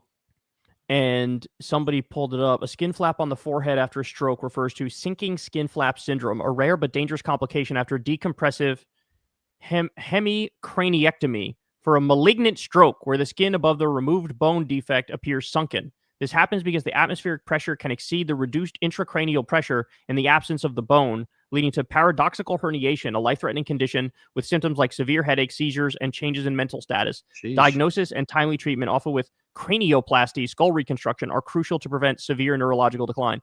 So if you can somehow pull this up, I sent you the picture of Trump where they computer enhanced it because it was from far away, and they made it look sharper, and it looks like he's got that big problem with his eye. I pull it up and show the picture? If you want to, yeah, you can do that. And now I should point out, though, that this is not like, this was, somebody made it sharper. It was from a distance, so they made it sharper, and they claim this is what it should look like if it's sharper. I don't know if this is actually what the fucking picture would look like. This looks like Chucky doll. I know.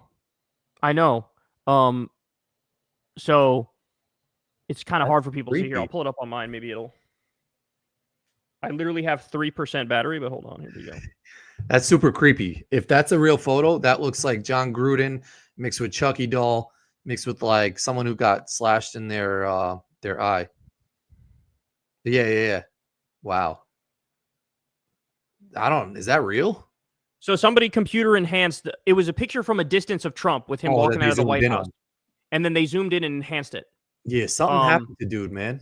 And then everything I just read you was from sinking skin flap syndrome. And literally the roads to the hospital are all blocked off? Yep. Yeah, something happened to dude. He's not well. Sinking skin flaps is a rare complication that occurs after cranial. No, it's real. This is a thing. This is actually a thing. And then let me look up the pictures of it. So he had a stroke. Crazy. That's going to be, is this another tactic to like distract us from something crazy he's doing? When I look up the pictures of sinking skin flap syndrome, it's just like the head looks like it's sort of caved in a little bit, but I don't see the thing by the eye. It doesn't really look like that. So would this be next level to make us stop thinking about the Epstein list? Well, mission accomplished. That shit worked, dog. That shit worked. Bro, now we're all thinking you're dying, homie. That's what I'm saying. Maybe his team is like, hey, Mr. Trump, you need to have a stroke. It's next level. We got to stop talking about the Epstein files. Ryan. Kyle, one random document. Wonder about music. What are you into? I guess I just peg Corin as a rap guy. Also, no traveling. You don't want to experience different cultures. Yeah, I don't. I want to chill. I want to watch TV. Like whatever, right? I want to watch TV. I want to fucking, sit in my bed. I want to do my show. I want to, play some fucking tennis or some golf, be in the sun, hang out with the kids, Crystal. Like I've never been a big traveler. Corin will tell you. I just never been a big traveler. Every time we would go somewhere, I'm like, yo, let's go check out this. He's like, let's just chill. It's true. Like the casino or some shit. Well, yeah, if it's a casino, I'm down to go. But anything else, it's like, whatever. Music. Yeah. Like so T.I., Hot Boys. So you said you peg Corin as a rap guy. I'm the same. I'm like, me and Corin have very similar taste in music. So I like rap. I like pop. Yep. I like R&B is probably my number one, actually. Facts. Usher. So Chris Brown. Usher, Chris Brown. Yeah, all that stuff. So I've never really been. I'm definitely never been a country guy. I've never been too big of a rock guy. I have some rock phones in my song, but I'd say it's maybe 5 to 10% of the library. Most of the other stuff is like what I said before. Heavy metal stuff. Never liked heavy metal stuff. Yeah. So yeah, that's the basic. I mean, it's basically like pop music, R&B, rap music, 90s, 2000s, 2010s, 2020s, maybe some 1980s sprinkled in there. Some alternative rock I think is cool. But that's pretty much it. Appreciate you, Ryan. All right. We're literally at 12. Fuentes and Kyle agree far more than he thinks, especially on economics like student loans. Rather than straw man Fuentes motives, he should conversate. Okay, here's the thing though. It's not a straw man when he's on video he was asked by Alex Jones, do you admire Hitler? And he said, yes. So, yeah, it's weird. And I mean, look, he doesn't hide the fact. The thing that I respect about Fuentes is that he'll cop to what other Republicans and conservatives won't. So he'll say, like, yeah, I think white people are superior. Like, I'm a racist. Like, he'll say shit like that. And so I respect it because he's being honest, but I don't agree with it. And I don't want to particularly debate a racial hierarchy with a Nazi, right? Like, I don't really have an interest in doing that. Yeah, so I'm not strawmanning him. Nobody has played more clips of Fuentes on their show than me. Like, every time I cover him, I'm like, here's him saying the shit I'm saying he's saying, and then he says it. And then a lot of his fans will come in, he didn't say that. He's fucking right here saying it. Like, I'm playing you the clip of him saying the shit. Yeah. You know, it's not me, it's him. He's saying it. That guy is and wild. So, yeah, so, like, no, I'm not really interested in talking to somebody who's an open white nationalist, an avowed white nationalist. He's right. This person's right that, like, yeah, I heard him do a rant the other day where he's like, yeah, we should, you know, get rid of the student loan debt, and, like, people should vote for somebody who supports themselves, and oftentimes Republicans don't do that. And it's like, that's all true.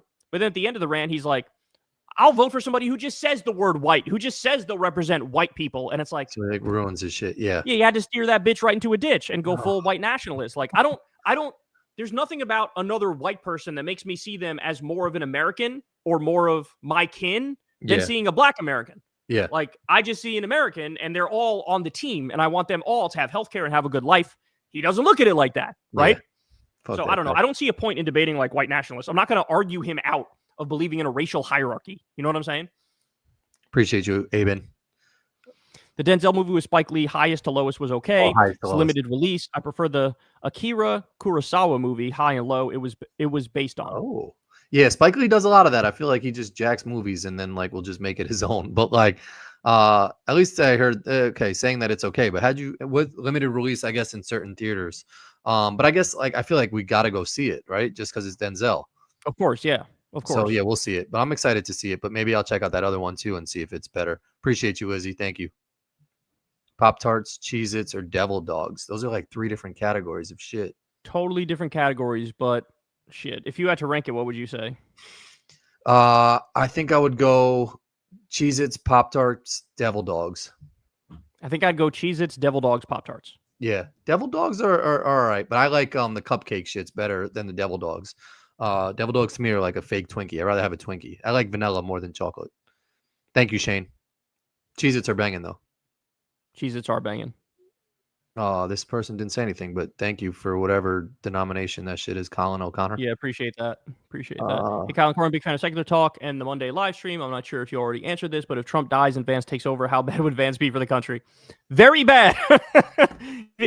Like, the default perspective you should have is, right now he's the vice president, right? So everything Trump is doing is not just on Trump, it's on him and Vance, right? Just assume whatever Trump is doing, JD Vance would continue down this same path. Yeah. So until proven otherwise, assume it's going to be business as usual. He might be a little better, he might be a little worse, but it's going to be roughly in the ballpark of what we see now, which is fucking hell on earth. So that's what it's going to be. Yeah, wild. Appreciate you. All right, last 2. Might be a dumb question. I'm pro universal healthcare, but wouldn't free college devalue bachelor's degrees even more? For universal healthcare, but free college. He's saying he's for universal healthcare, but it sounds like he's not for free college. Yeah, no, we need to have free college, man. That's just too expensive, bro. Yeah, like, I want everybody to be educated, and then I also want everybody to get a job. Yeah. So in order to do that, you need to educate everybody, and you need to have enough jobs where everybody can get a job. So I don't like this shit where it's like, oh, if you didn't graduate college, you might, like, you don't have a chance at a decent living. Like, sorry, you're going to be stuck at a lower rung of the economic ladder. So, I mean, that's the answer to that question is, what kind of a society do you want to live in? Do you want to live in a society that has massive winners and massive losers? Or do you want to even it out a little bit where you take the top of the top, the multi-billionaires, and bring them down to about 900 million, and you take the people at the bottom who work full-time and don't make enough money to survive and bring them up where they have a decent life and they can afford a house and a car payment, etc. You know what I'm saying? So yeah, just do both. Why can't I have both? Yeah, it's like a very feast or famine mindset that this person laid out. Like, oh, it devalues bachelor's degrees. In other words, like, well, I can't get a leg up anymore if everybody goes to college. And it's like, well, that's not bringing you down. We're trying to bring everybody else up. Yeah, you know? Yeah. Appreciate you though, Nick. Always still love you, dog. What is y'all's like top 4 movies or Oh, movies you'd recommend? Damn, these yeah, that's a I tough need one. to. The These are top ones I list. need to think about, dog. Like I Yeah. need to think about these questions.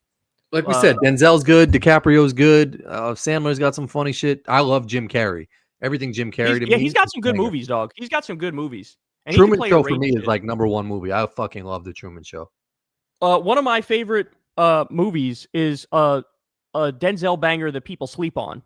But if you're looking for just a movie to sort of like zonk out mentally and just sort of enjoy the ride, everybody go watch Out of Time. Denzel Washington, Oh, and the banger. name of the movie Isn't is Out of Time. That's It didn't what actually. The critics didn't rate it very well, but it's Right. it's one of my favorites. So go watch That's that. the girl, right? Eva Mendes. Eva Mendes. Yeah, Eva Mendes that's is in it. Denzel's in it. Banger. Great movie. Everybody Yep. would enjoy that. Everybody would have a great time watching that movie. Appreciates it. Kyle, you you got to do something for 2 million. Been following since 400K. Shout out, Courtney. Appreciate that. Crystal actually just texted me and said I'm getting really close to 2 million. I don't know what that means. I don't know how close that is. I'm not looking at it right this second, but potentially I will. I'll think about things to potentially do for 2 million. Appreciate Imagine Trump kicks the bucket the exact day I hit 2 million. Or he announces that he's coming on your channel for 2 million. Can I get a shout out to my boy Kyle Knight? It's his birthday this week and loves the show. He's helping the kids get scholarships to college. Oh, that's awesome. So shout out to Kelvin for dropping this, and we appreciate the $4.99. And very happy birthday to Kyle Knight. Kyle, you have an amazing name, and don't let anybody ever tell you otherwise. And keep up the great work, bro. Yeah, Kyle Knight, you're the GOAT, bro. Shout out to you. Shout out. Whoever said shout out. All right, this is the actual last one. Thoughts on universal housing? I mean, I'm in favor of it. The question is how you do it, but I'm in favor of it because, I mean, it's the most obvious thing in the world that what are homeless people lacking? Houses, like a roof over their head. And so you have to do something to get them housing, and housing first is the best approach when it deals with homeless people. So whether it's like those those like miniature houses, having like, hey, you can have, free miniature house and make sure you have, it's in an area where they can get food, they can get water, they can get everything they need. But like, that's one approach to it. I'm sure there's other approaches which are more like apartment building based or whatever the fuck. But I mean, I do think people should have a right to housing. Like basically people who are homeless, that's just like, we criminalized poverty in this country. Like if you don't make enough money, you're fucked. Your life is over. You live on the street. You'll die young. It'll be miserable. And so we shouldn't criminalize poverty. We should try to lift people out of poverty. And the way to do that is to give them some material well-being, a roof over their head, and give them the opportunity to go further because the basics are taken care of. That's what a civilized society does. So yeah, I think putting a roof over everybody's head, I think is a no-brainer. I think you have to do that if you want to consider yourself civilized, We'll end on this one. Shout out to all the dogs. Kyle, I like the name. The name says no. No. I don't know what their picture is, but almost 3 hours. Thanks for rocking with me, Kyle, in the internet stream. Thanks to everyone for their super chats. We'll be back next week. Love you, Kyle. Anything else you want to add? Love you too, man. I will have my eye on Twitter and whatever the fuck is going on. Kyle's going ham tomorrow. Be locked in. Dog, I am like, what is happening? What is going on? Like, I need to know. And somebody said, I actually think this is a good theory. If they can somehow prop Trump up and put enough makeup on him and edit the speech enough, he probably is just going to announce that he's invading Chicago. That's the thing. He was threatening. That would be a wild announcement for that. You think? He was threatening. been threatening that shit for a hot minute, and I think now he might actually announce it. So that's the standard normie. Like, this is what he's likely to do. But I'd like to live in a world where he's announcing that he's got to step aside. Yeah, it's got to me. I don't think he's stepping aside, but I think it's going to be some health shit where it's like, something did happen. There is some shit on my hand, and you don't have to worry. I'm still fucking invincible. But I think it's gonna be some health shit with all the fucking cookie crumbles that you're announcing now, where it's like the hospital's blocked off. The fucking shit on his face. Like, I think health. It'd be wild to have some major press shit after all this speculation for health to just be like, yo, we into Chicago, because they'll be like, what? We don't give a fuck. This country's so cooked. All right, we love you guys. Peace, bro. We'll talk to you. Peace.